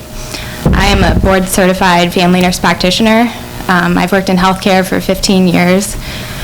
So I grew up in the Northwest in Washington State and lived in Oregon for a long time, where I met my husband, and then we moved out here and bought his grandparents' house on Bachelor Street. So this property is really important to the family. And a little background on me and my experience in healthcare. I've worked at the VA in a neurology medical unit, so I've worked with veterans who have had exposure to chemicals. I have worked many years, about 5-6 years, in oncology. So I've taken care of people with pretty intense cancers, and I have to say that I am extremely concerned about the potential exposures that our neighborhood will be having with exhaust fumes from the trucks, as well as particulate matter in the air and effects on our well water. I have seen whole neighborhoods of people that I've treated with cancers. So, it would be a shame to move out here from a big city where I felt like I was going to be breathing clean air and end up with lung cancer. And unfortunately, I didn't have any time to prepare for this meeting, but one example of something that I have seen and experienced in Portland, Oregon, I don't know if you guys have ever been out there, but it's known as a very environmentally friendly, green, beautiful city, which when you look at it, it is. But there's extremely high rates of lung cancer there. And they found that the reason for that is because of all the trucks, boats, trains moving through. So if we start having all of these trucks going down our road for 8 years, all I can wonder is, am I going to have lung cancer someday when I never smoked and I lived in Granby? Thank you. Thank you.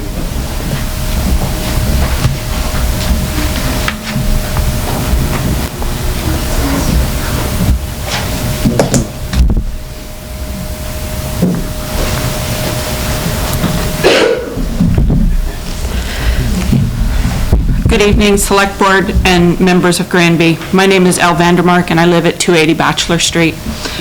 My wife and I moved to Granby about 14 years ago. I'm a historian. I can tell you a story. I can't tell you numbers. I'm also a United States Air Force veteran. I'm a disabled veteran. I have hearing issues, and I suffer from severe post-traumatic stress disorder. All of the things that you have heard from tonight, from Granbyans already speaking, are the reasons I bought our house. It's set back from Bachelor Street. It was quiet. It was a place I could play with my grandkids. I walk Bachelor Street every morning. When the first gentleman who spoke tonight talked about there only being a couple of feet between telephone poles and the road, that's at my driveway. When I walk my dog, I have to be careful because the two of us and the dog, one of us is in the road every single morning. Some of the things that I hope you will consider putting upon the onerous of the applicant include a traffic study, a noise study, a quality of life impact study, air quality study. They must hire a hydrologist to determine the impact on our wells and our septic systems. They need to look at the water tables and the impact on Bachelor Brook. We need a full environmental impact study on Bachelor Brook and the surrounding area. Granby does in fact talk about protecting and preserving the health and safety of our members. The people who have spoke to you tonight and the incredible room full of people behind me attest to the concerns that we have about this project that is probably very slightly different from what they proposed in 2010, or they wouldn't have come back. But the impact and implications of this project are going to affect every person in this room and the town of Granby for an undetermined number of years. Please do not approve and do not consider in the future the impact or the application for this gravel pit or anything similar to it. Thank you, and I appreciate the time that you afforded me. Thank you.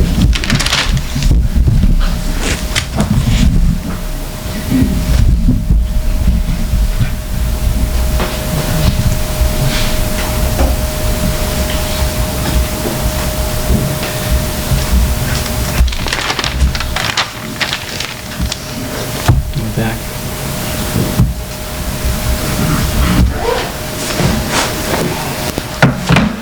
Can I submit these as evidence? We won't call it evidence, but yes, we'll No, I mean, you know what I mean. They're papers, they're maps. There's a little chart in there too. Yeah, so it's just the zoning, Yep. and then, yeah, pretty self-explanatory. Should I go? Go ahead. Okay. Yep. Good evening. I live at 326 Bachelor Street. My name is Sarah Gerstenfield. I want to talk to you today about how I am against this proposed gravel pit at the end of Trumpke Avenue.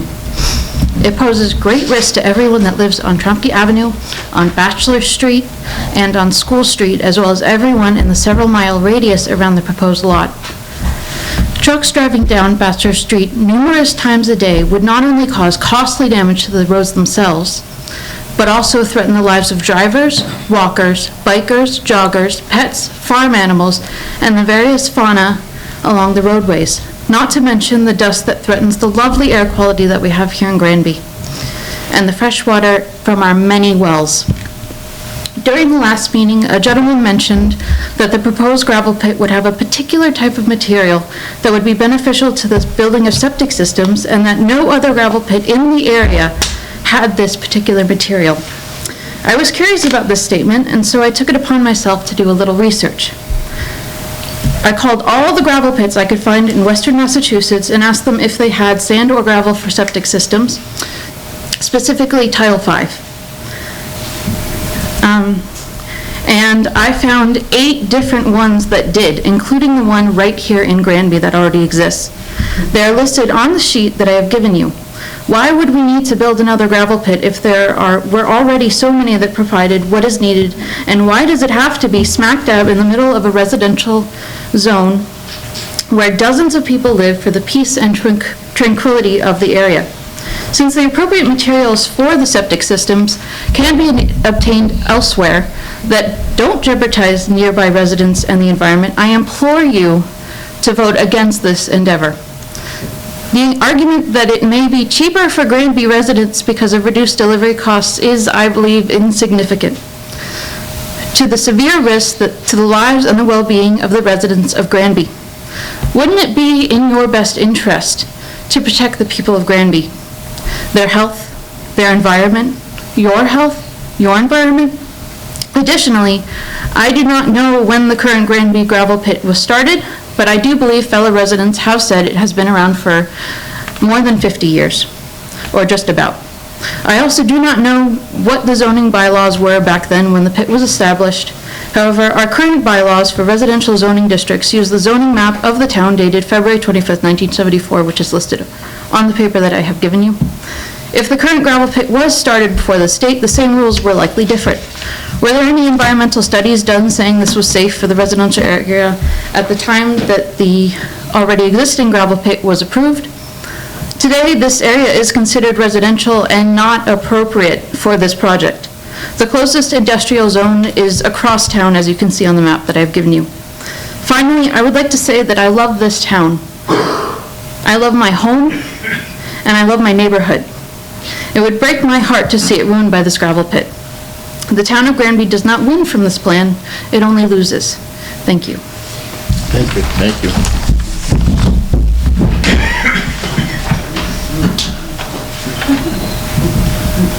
Sir?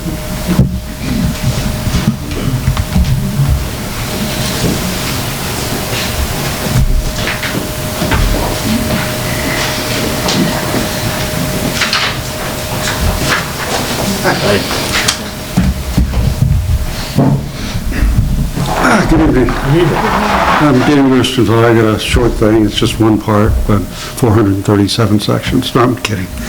It's less than that. But good evening to y'all. And my name is Daniel Gerstenfeld. I'm here to voice my opposition to the proposed gravel pit behind my home at 326 Bachelor Street, Granby. I'm not here to demean or to comment on the character of those who have proposed this venture. I do believe that the safeguards to any venture of this magnitude either have yet to be completed or have been completed, denoted by the denial of a similar proposal in 2012. From my understanding, no changes to the existing situation has occurred. My reason for my strong objections to the gravel pit are as follows. One, I'm a retired Army soldier who served in two war areas and have served overseas a total of 4 times with 6 CONUS assignments. Noise, safety, distance to beautiful and undisturbed nature, and air quality are 4 strong factors why I chose my home in Granby. Among the other attributes were a slow, sedentary pace of the community and the ability to safely walk the neighborhood with my wife, my children, and my dog.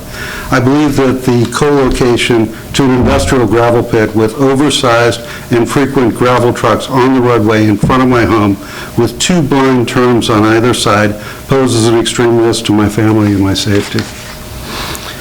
Trucks of this characteristic will be loud and not in keeping with the residential agrarian characteristic of this neighborhood. Trucks filled with 12 to 15 yards of aggregate traveling at 30 miles per hour pose a significant health risk to my family and myself. We regularly walk along Bachelor Street, and the regular traffic of cars and pickup trucks pose a hindrance and safety risk. Without sidewalks, the risk is increased. With the movement of oversized aggregate-filled trucks along with a regular car and truck traffic, as well as the bike and pedestrian usage, I believe that the risk rises to an unacceptable level. Indeed, I believe that it could lead to death, of which my family would be unnecessarily devastated. As a soldier, I've witnessed way too much loss. The introduction of a gravel pit within the confined area so close to a pristine and undisturbed wetland poses severe and significant risks to the Bachelor Brook watershed and wetlands. The process of just accessing the gravel requires the removal of woodland, grassland, and wildlife area. Visually, the damage would be great. However, we must also look at the effect of the earth on the wetlands and on Bachelor Brook. I'm no expert, but believe that with rain runoff, the now unearthed layers of earth that with every rain and rainstorm will be carried into Bachelor Brook. As such, minerals, pollution, and other particles that were once held inert within the structure of the undisturbed ground layer will now affect the wetlands, not only in the immediate Bachelor Brook area, but also downstream to other regions of the water system. Within the area that I have seen, we have fox, bird, bear, beaver, and deer, to name a few. The wildlife is a characteristic that made this area so attractive. Studies suggest that loading of gravel will and has a potential of disturbing our wells. At present, my water is pristine, with no need to add a water filter system. I checked the pH, it was 7, which is beautiful. The mining so close to my home can have an effect of disturbing my well water. While I would be concerned if I had access to a town water supply, I do not have that ability. Having previously spent in excess of $15,000 on a well system in my last home in Alaska, I don't want to have to incur this kind of expense at this point in my life. Studies suggest that nearness to a gravel pit, by its very nature of digging, processing, and transporting aggregate, adds to the microscopic silica to the air. Silica, a known carcinogen, is a major contributor to the pernicious, life-altering, and life-ending disease, silicosis. While some may never bear the consequences, some of us, like myself, with the effects of being deployed to areas with burn pits, contact to this type of contaminant poses a high risk to my health. Given this option, I would have to strongly consider moving from the community of Granby, which I fell in love with. The rate and frequency of truck travel along Bachelor Street, much less School Street, will lead to premature aging of the roads. I believe that as the road prematurely ages, it will lead to potholes cracking and uneven wear. On a very narrow two-lane road, damage to a roadway will lead to drivers swerving to avoid the damage to their vehicle suspension. Not concerning myself to the expense of repaving, the added effects of diversion of cars and trucks on a narrow road poses, in my opinion, unacceptable risk of harm and death to my family and myself when using the road for recreational exercise. I strongly believe that adding a gravel pit to a residential zoned area will lower our property values. As costs for community and personal costs continue to increase at rates that are at or exceed the cost of inflation, allowing a gravel pit does not make fiscal sense to the vast majority of our community, who will be financially impacted. I strongly believe that the addition of the gravel pit to our community neighborhood poses significant risk to those of us who use Trotsky, Bachelor, and School Street. They cannot be allowed to occur. The damage will be at least 8 years and maybe longer. The residual effects are incalculable. And for what? From what I've been told, Granby will reap a revenue of $100 per year. For myself and my family, we will bear a cost to our health, welfare, safety, and pocketbook that are incalculable. I thus strongly believe that the town of Granby needs to deny this special permit, which is outside the permitted use of a residential land. I would also argue Granby finally put this usage of the land for a gravel pit or similar usage to bed and forever deny a gravel pit in the future on this area. Granby is just too valuable to allow it to be permanently disfigured. And I have some supporting documents. Should I give it to you or should I? Mr. Martin, please. Thank you. Thank you very much. Thank you. Thank you, sir.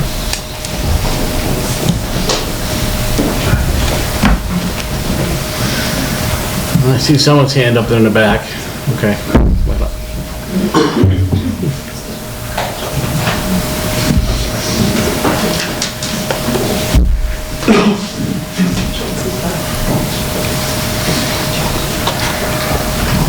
Good evening. Good evening. I promise I was going to bring you some more materials. Okay, let's give them to Mr. Martin. Have copies for us. Thank you. Good evening. How's everyone? Good. Long night. My name is Melissa Harder. I live at 326 Bachelor Street in Granby. My family moved here 6 months ago, attracted by the peaceful beauty of Western Massachusetts and looking for friendly neighbors who care about one another. I am here today to oppose the proposed gravel pit on Chomke Avenue. I brought several articles and studies to add to the file for this special permit request. There are many reasons why I disagree with placing a gravel pit in the middle of a residential neighborhood, the negative health impacts of silica dust, the road dangers that would be caused by truck routes every 6.5 minutes, I learned tonight, down the narrow and winding Bachelor Street, the lack of financial benefit to Granby, that this was already litigated in the courts in 2012 and found the residents in favor and nothing has changed. And last but not least, that residential proximity to a gravel pit has been shown to negatively impact the value of nearby homes. In a study entitled Impact of Operational Gravel Pit on House Values by Diane Height of Auburn University, it was found that homes adjacent to the pit lost 30% of their value, homes within 1 mile of the pit lost 15% of their value, and up to 3 miles away, homes were found to have lowered values simply as a result of their proximity to the pit. Reasons for the devaluation include drinking water contamination, aquifer depletion, air quality degradation, irritants of vibrations, noise, and lastly, community safety impacted. In another study conducted by W.E. Upjohn, it was found that a gravel pit in Richland Township, Michigan, with a population of about 8,200, slightly bigger than here, had a significant negative impact on about 1,400 homes and reduced housing values by $31.5 million overall. Any reduction of home values in Granby as a result of this would be unfair. I have heard several times that much of the information being presented to the board on this subject is hearsay. If the evidence, studies, facts, and community members' heartfelt concerns expressed before this board are not enough to convince you of the grave consequences to Granby residential areas, then a complete and thorough study or studies of the impacts of a residential gravel pit on our community will be necessary. If this board will not deny this special permit tonight, I would like to suggest that it initiate thorough expert independent studies on the impacts that a gravel pit located in the middle of a residential zone in Granby would have on home values, health and environmental impacts, including noise, vibration, impact on the ecosystem, wildlife, and the hydraulic and air quality, as well as on the cost to residents of Granby for additional road repair, safety remediation, and the loss in tax revenues for lower property values. I believe in this town, and I believe in its people. I am sure that caring for one another as a community is a top priority of why you all serve on this board. And I want to thank you for that. It's hard work what you do. Listen to all these people. I know that everyone here can put themselves in the place of their neighbors and understand why so many are desperately worried about the gravel pit being put in their backyard. Please, let's take care of each other and listen to one another. You can never go wrong when you do the right thing, and for all the reasons you are hearing tonight, a gravel pit in the middle of our homes, environment, and lives is not the right thing for Granby. It is not the right thing for our community. It is not the right thing for our future. Thank you. Thank you.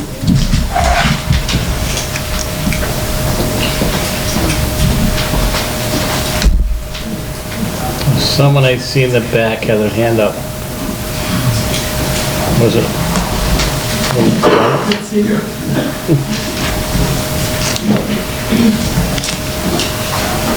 I do appreciate everybody being patient. They want to make sure that everybody has their time to speak, so it is taking some time, so we'll get to you.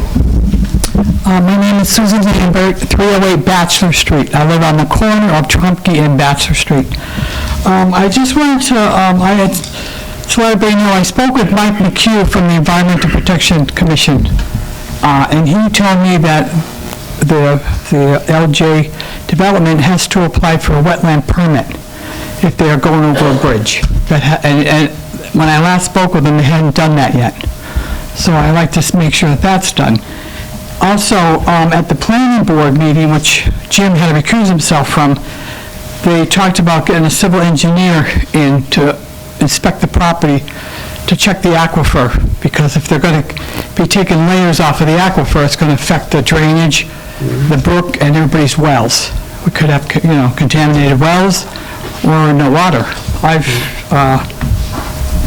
Also, there was, we're talking about the safety of Bachelor Street, there was an accident in 2022 where a biker was hit about 6 a.m.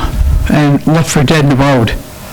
And he was severely injured, was in a coma, and so it's, you know, there's no bike lanes, there's no a lot of shoulders to walk on, you have to literally walk in the road. So it's just, it's not a good road for big trucks, just isn't. So, that's all I have to say. Thank you.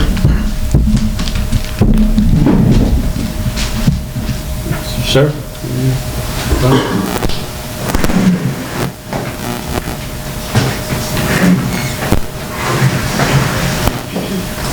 Good evening. Good evening. I'm Bob DeShays from 312 Bachelor Street. Just looking at this road where I live, third house up from Charmkey.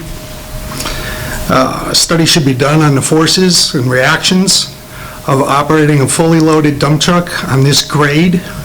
It's a steep grade going up in 288 feet to the top of the hill.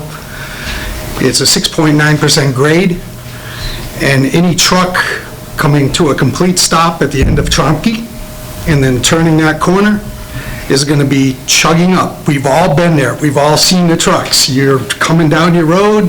This is a 35-mile-an-hour zone. Coming down the road, if you're going 35, not 40. And there is a lot of speeding on this road. And, you know, how will trucks safely perform this fully loaded corner and not cause a traffic hazard? 35-mile-an-hour road with a blind corner just before McDonald Ave. Each time the truck driver commits to turn onto Bachelor Street, he won't be able to see the oncoming traffic. This is a slow process of ascending up a street and including the noise, vibration, exhaust, the loaded trucks, gearing up slowly, trying to gain speed from a starting point that can cause oncoming traffic to stop in the road. What will the town do to protect its residents? Will warning signs, trucks entering be installed by the town? What will the highway department do to monitor the deterioration of this road? How much will it cost the taxpayers of Granby to maintain this road? That's what I have to say. Thank you. Appreciate it.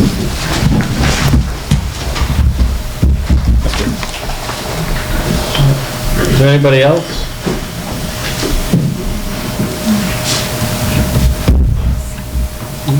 Come on up.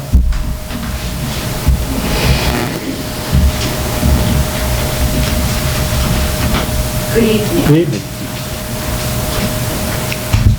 I'm Mary Lou Tebow, and we've been in Granby for about 10 years. I live at 411 Bachelor Street, and a biker was hit on our street, as the woman said, but a woman was also killed on School Street. And the trucks that fly by our house are unbelievable. They don't want to go up to Belchertown and go in that corner at the traffic light, so they come down Bachelor Street. And I'm talking about trucks loaded with trees, you know, all your things for your grocery stores. These all go down our street. We don't need the added trucks coming on our street. It's real. I can't walk on my street. I go out to the mailbox and I watch for what's coming around the corner because it's that dangerous. They speed. It says 40, but they don't know what 40 means. I don't think we need the added traffic or the health issues that everybody explained to you tonight, and I'm against it. Okay. Thank you. Thank you.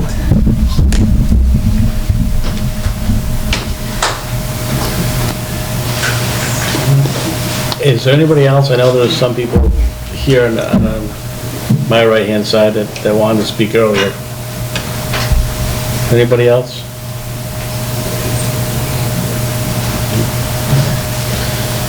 Does the board have any recommendations at this point? Could ask the biggest thing, if you don't mind. Yeah. So again, Don Frederick from Sherman and Frederick Land Surveying Engineering. for the applicant. As the attorney mentioned, he had sent out his letter on Friday, which we received, and the applicants would like the opportunity to get their attorney to prepare a submission in response to that, and which will also include many of the other concerns that you heard. So it sounds like you're leading towards it anyway, but we would ask for a continuance so that additional information can be submitted.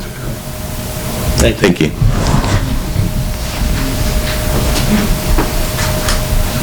Thoughts? I think we need to review it all and talk to our attorney too, and we'll continue. I'm not opposed to granting them a continuance to hear their attorney side. Yeah. Excuse me, I also agree, we haven't had time to talk to our counsel. I do understand that this is a very sensitive issue, but you guys also have to understand they do have a right to apply for the permit. So that is their right, it is their property. So we're just here to hear both sides of it, and then to make a decision from that and make sure that we are also abiding by the law in granting them their right to apply for the permit. So I know a lot of you talked about putting it to bed. It's their property. They do have the right to apply for it, and they have the right to go through due process. So it's our job as the board to make sure that we are abiding by the law as well, and giving them the opportunity to propose their permit, or the application for that permit. I did say at the beginning of the meeting, I know that we have in the process of attaining a special counsel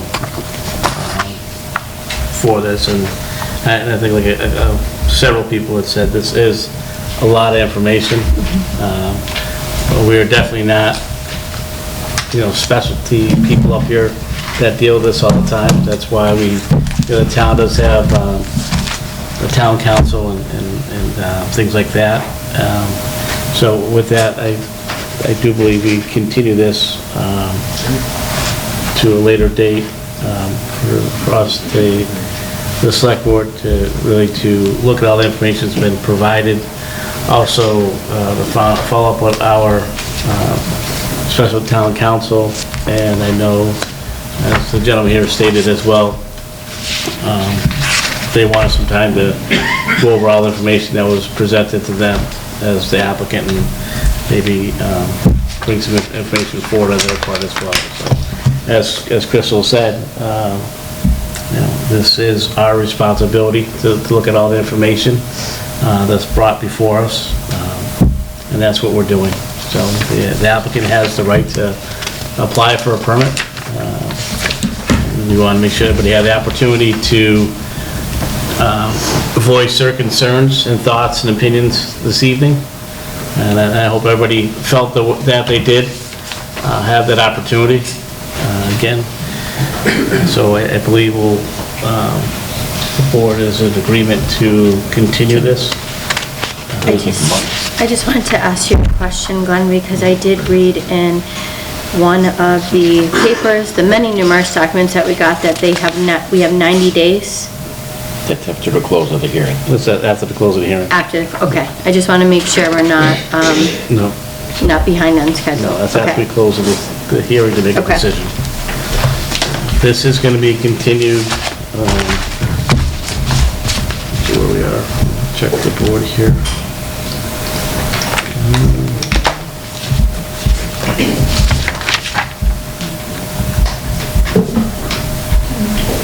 Can I ask where you will post the announcement for the public hearing? He's looking right now to get a date. No, it will be posted on our town website.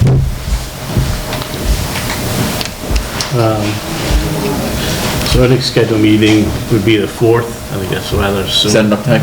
That's next week. I think we need to wait to the 18th of March, which will be our next, gives us time to actually get a special town council. You guys have an attorney yet lined up, or? No, we would probably need, I don't know how often we meet, but... So while we look at, the board's in agreement to continue it to... March 18th. March 18th, Monday, March 18th. And we'll continue to 6 p.m. at that time as well. That'll give you 3 weeks. I'm just afraid it's not going to be enough time.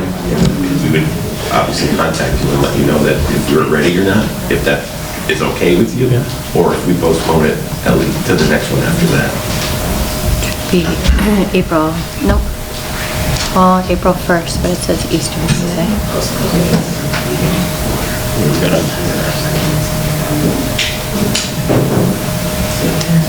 We can continue to April 1st. And that does give us additional time to follow up with town council. What exactly will happen at that meeting? Well, that meeting will, for us, it'll give us a chance to speak with our special town council, go over all the concerns that were brought up by the residents of Granby in regards to it. It also will discuss probably further from the applicant some of the concerns that were brought up if they wish to address it and move forward with their application too. So is it possible you would make a decision at that meeting or not? It's possible. I mean, I don't know if, I can't say that whether or not yes or no. Yeah, but it's possible? It is possible. Okay. But I would probably say probably not, because based on information that comes forward at that meeting, if there's any additional information, we're gonna wanna sit with our special counsel, town council as well to review it all. You know, we wanna make sure that we look at all the information that's being brought forward. We spend the time to review it like we should and have the town council look at it to come up with a decision.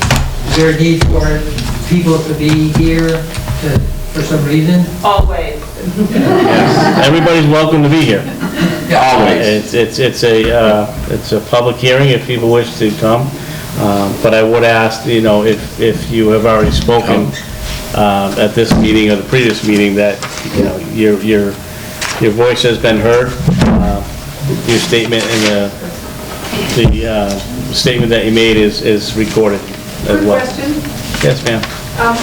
Who would be required, would you all be looking at, for instance, they bring an attorney here, the attorney has some persuasive argument for the town that you think is persuasive.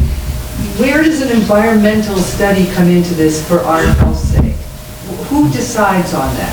Do you decide, does the resident, do we have to hire somebody? So not to fast forward down the road, but after we follow up with our special town council, he may recommend certain things to us, stipulations, before we move forward. We as a town may say, we want studies on A, B, C, and D before we move forward. That's things that we got to follow up on. Thank you.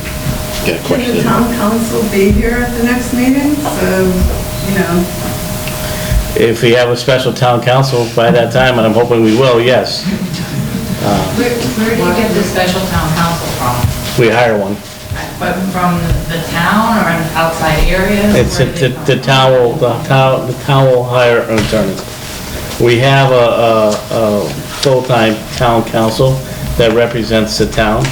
Unfortunately, he has a conflict of interest in this particular matter at hand. So we need to look outside for a different council to represent the town. So that's what we're doing, so.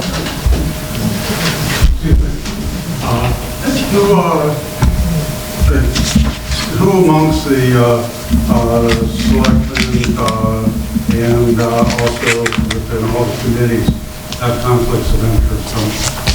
I don't know. We have the town council as one. I know someone has reached out to myself because I have a friendship with some of the Tromkis, but I've reached out to the ethics committee and I'm waiting to hear back from them at this point in time. But as most things, most people in this town, other people, you are friends with other people in this town. So I have not heard back from the ethics committee as of yet. So, but with that said too, as the chairman of the select board, I do have responsibility to oversee the meetings as they're taking place. And that's all that we're doing now is listening to people's statements. We're taking in information and things like that. At some point, if the ethics committee says that I can't be part of a vote, well, that's up to them. And and I'll listen to what they say, but I guess I said, at this point in time, all we're doing is gathering information. And it's my responsibility as the chair to oversee what happens with the board as far as the meetings. When a decision is rendered, is it rendered in writing or is it verbal? And do we learn the reasons or the justifications? Do you provide justifications for your decision? Well, it is done in verbal and it's done in written because we got to actually approve a permit. And that's part of our minutes, and actually we actually sign off on a permit to be approved. With that, if there's any restrictions that may be involved with an approval process, that would be on it as well. Could you post it on the website when you make a decision so everybody knows? We'll look at that, Rich. Again, I want to make sure that we're, as a board, are being consistent of what we do on a regular basis. So that information is public record, so if, it is, if someone would want it, it is easily attained at that point, so. Could you be sued if you don't pass this permit? I mean, what I'm starting to hear in between there is that you have an obligation to allow these people to continue to petition for their permit. Right. And are you obligated to pass that? I mean, what stops you from saying yes? Are we enough? Or do you have to, what is going to take a no vote here? I guess that's what I want to know. What's going to take a no vote? And again, it's just for us to obtain all the information that's provided to us. And a lot of good information was provided to us tonight. A lot of people talked about, a lot of studies that may need to be done. How is this going to impact people's health? How is this going to impact the environment? How is it going to impact the waterways? These were all things that were brought forward to us. So, and again, I think as Crystal said, this is an easy decision. A lot of information is coming forward. It's a lot of information for us to look at, digest, and also at one point in time to, have a special town council look at all the information that's coming forward too. But again, we look at what's appropriate and what's best for the town. We make a decision. So you won't get sued by Trumpy if you say no? I don't know. That's why we're hiring a town council. That's why we have. I just don't have And it again, before and it's scary. and that's why we have a town council, and board members up here are part-time people, and that's why we rely on a lot on our town council when it comes to making decisions, that we want to make sure that we make the appropriate decisions. Hang on, please, and I want to make sure that the board is making appropriate decisions, but also that we are not having the town be liable for something as well, because we need to act in the best interest of the town when we make a decision that doesn't make the town liable for something down the road. But we can always sue you.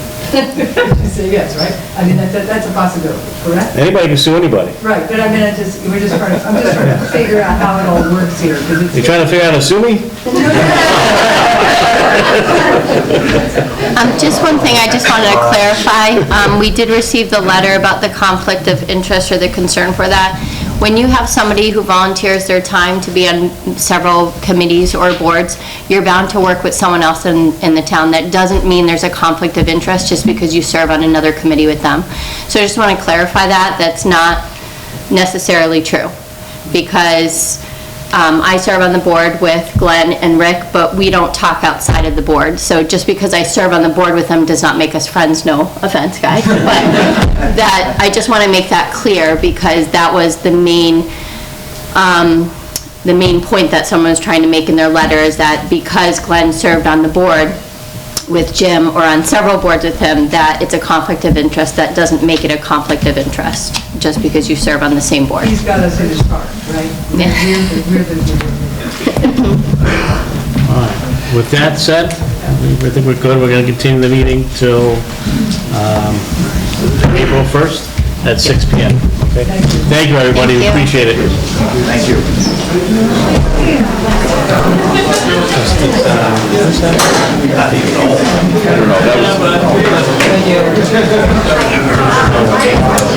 So we had executive session at 7, so do you want to do the special council discussion once the room is covered, piles out, we can hear each other? Okay.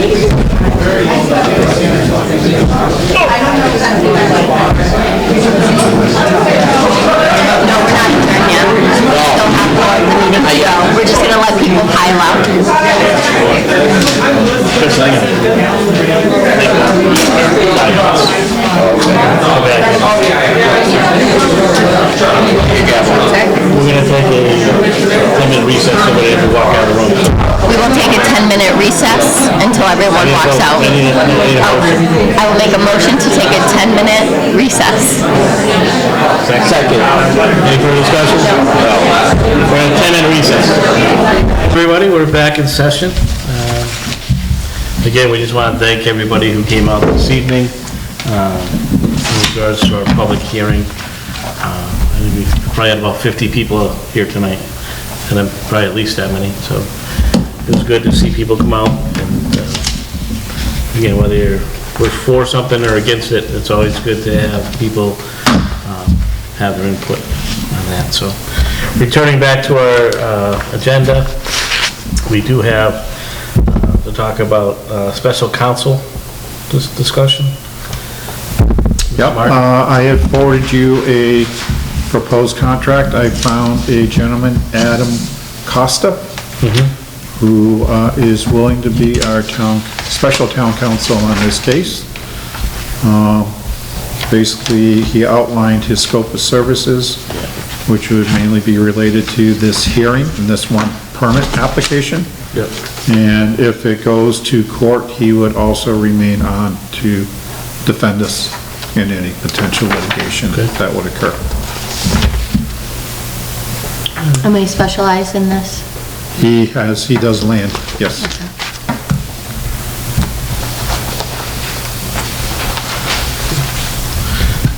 Is there a motion to move forward with this and hire the attorney?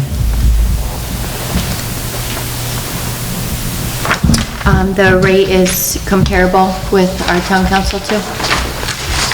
Other special counsels, yeah. Okay.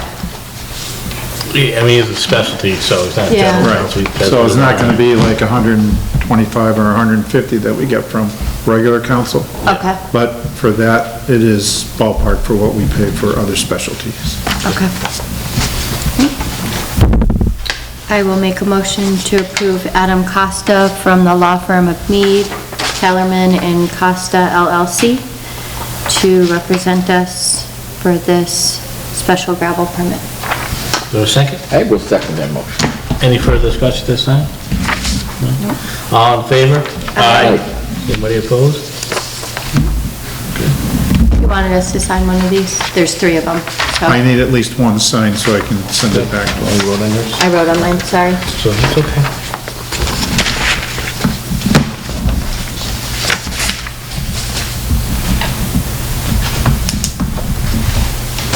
Is that firm known through Brian T. Bottom? Yeah, that's the agreement that you have in front of you. I know, but Brian O'Toole knew him? Gave him- Actually, Brian had contacted Donna McNichol up in Greenfield. Yep. Who he knows deals with these type of zoning issues. And he had worked with her, and he came highly recommended by her. Perfect. Just like the opposing counsel there for the Mr. Attorney McLaughlin, he came highly recommended by Ms. McNichol too. I know that law firm, so that's right. We did a lot of probate work out of there, and he was a real-life general at one point, Attorney Green.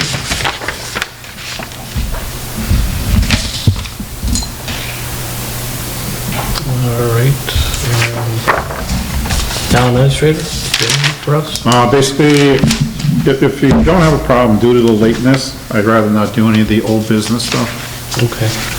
But I do want to let the board know, we have applied for our EPA number for the removal of the oil tank at the West Street building. So that is still in process at this point in time. I was told that it may take up to 2 months for EPA to issue that, but once we get it, we're going to keep moving forward to remove that tank. Additionally, we will be advertising for we're putting out a request for proposals for a owner's project manager. It's going in the Central Register and on Combis on Wednesday, February 28th, with a proposed opening date of, I believe, March 21st, I think it is. So it will be open from 2/28 to 3/20? That's when the bids are due. Okay. And then what'll happen is we have, the committee has created a subcommittee to review the responses and to enter into negotiations or interviews and then negotiations and hopefully have a contract signed by April 1st. Let's see, 28. So bids are due on the 20th of March, 1 p.m. There will be a walkthrough, a mandatory walkthrough of the building on March 4th for anybody who's interested. What time are you guys doing the walkthrough? God, it's either 9 or 9:30, I can't remember which. I'm interested. Is it the walk-in that we did before, Chris, where we went through? Or is it gonna, when we went with? This is to Representative Carey? anybody who's interested in being our owner project manager, Oh, okay. so they can see the building. Okay. That's the walkthrough that we're doing for any prospective companies that are interested.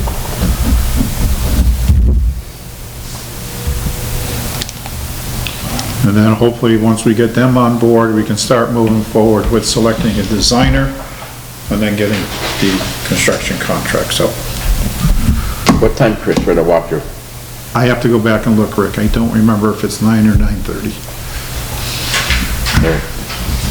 Might have to get back to you on that one. Just put 8. No, when you said a signed contract, who signs the contract?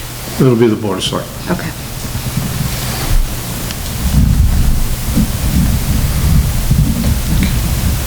Anything else, Chris? No. So I do know we're going to go into executive session, but before we do that, does anybody have anything? Chris, I know you, I know we're in a rush because we have to go in executive session, but any update on the finance committee with the senior work-off program? No. No. Actually, I gotta sit with John again and go over it with him. I just have two things, and we can discuss it more at a later meeting, but just in regards to Charter Days.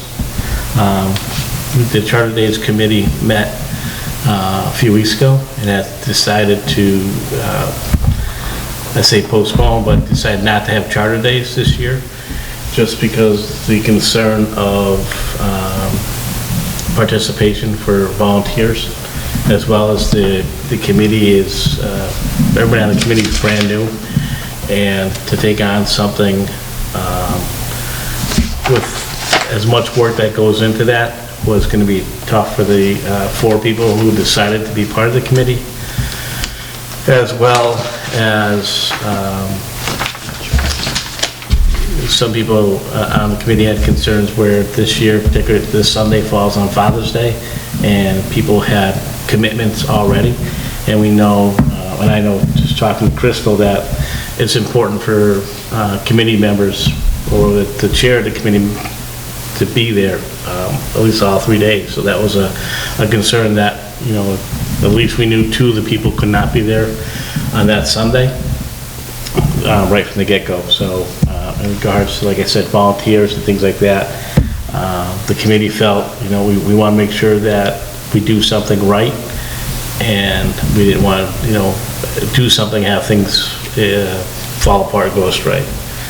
And I think, you know, we, you know, being part of it last year with Crystal, and part of being the person being volunteer and stuff like that, it's a huge concern that people had, and that was voiced several times throughout the meeting, just based on, you know, people getting stuck there and parking and things like that, or people don't show up and stuff like that.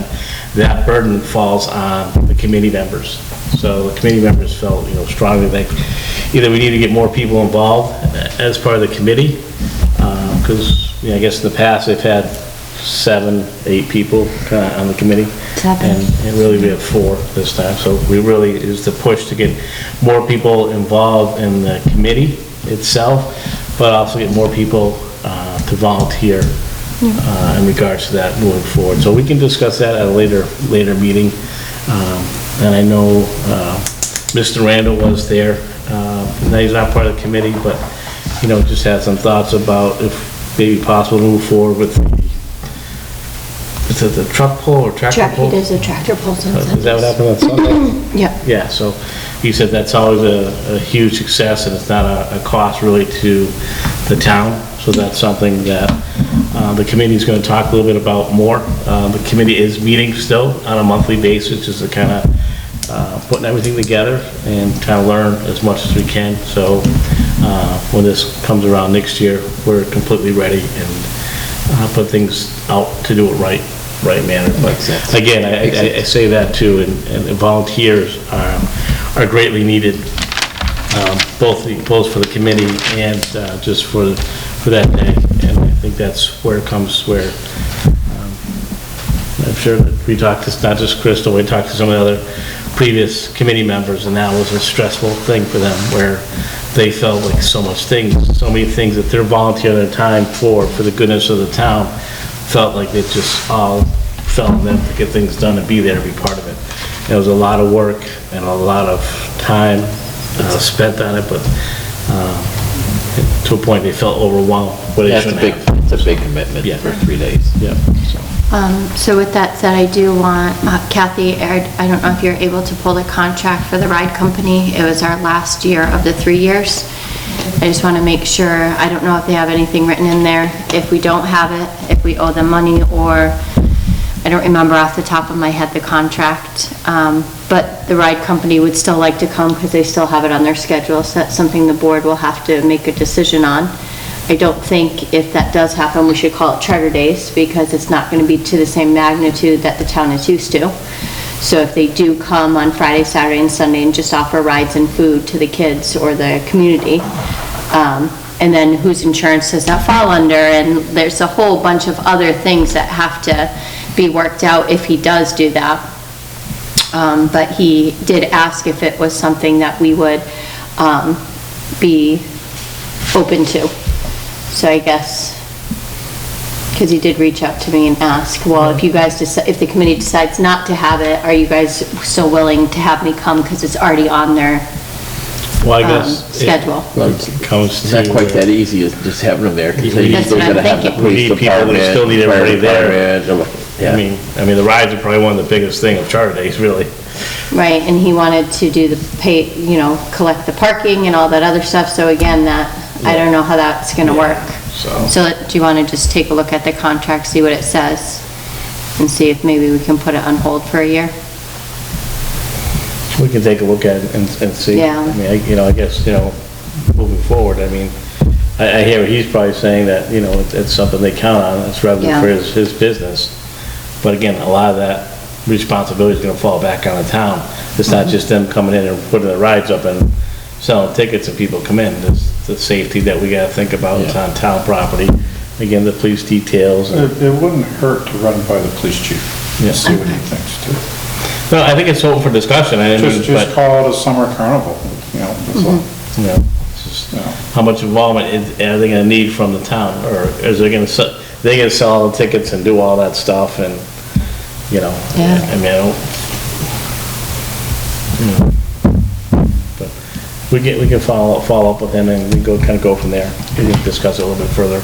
But I mean, it wasn't on our agenda, so I don't want to keep on talking about it. So we'll bring it up we'll put it on our agenda for our next meeting and have a little more discussion on it, and Kathy may have a little information for us too in regards to the contract with the rides.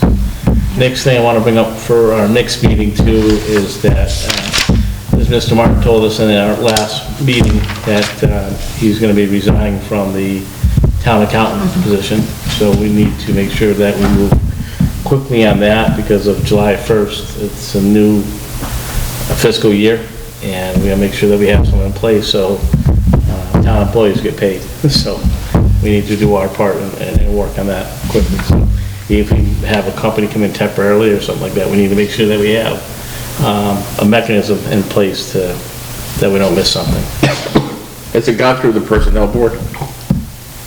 Has it gone through a personnel board if we want to advertise it versus a company? There is a job There's a job description for. So I think that's what Glenn's saying. He wants to look at the job description and see if we want to tweak it before we post it. Yeah, because again, this week it's March and July will come quickly, so I guess we're in place for that, so. All right, well, with that said, we're gonna move into executive session, under chapter 30-A-21, 2, discussion for, contract. Non-union contract for our, possibly new COA director. So, we'll only come out of, executive session to adjourn our regular scheduled meeting. So, at this time, I'll ask for a roll call vote. Sexton, aye. Mulder, aye. Dufresne, aye. Okay, thank you.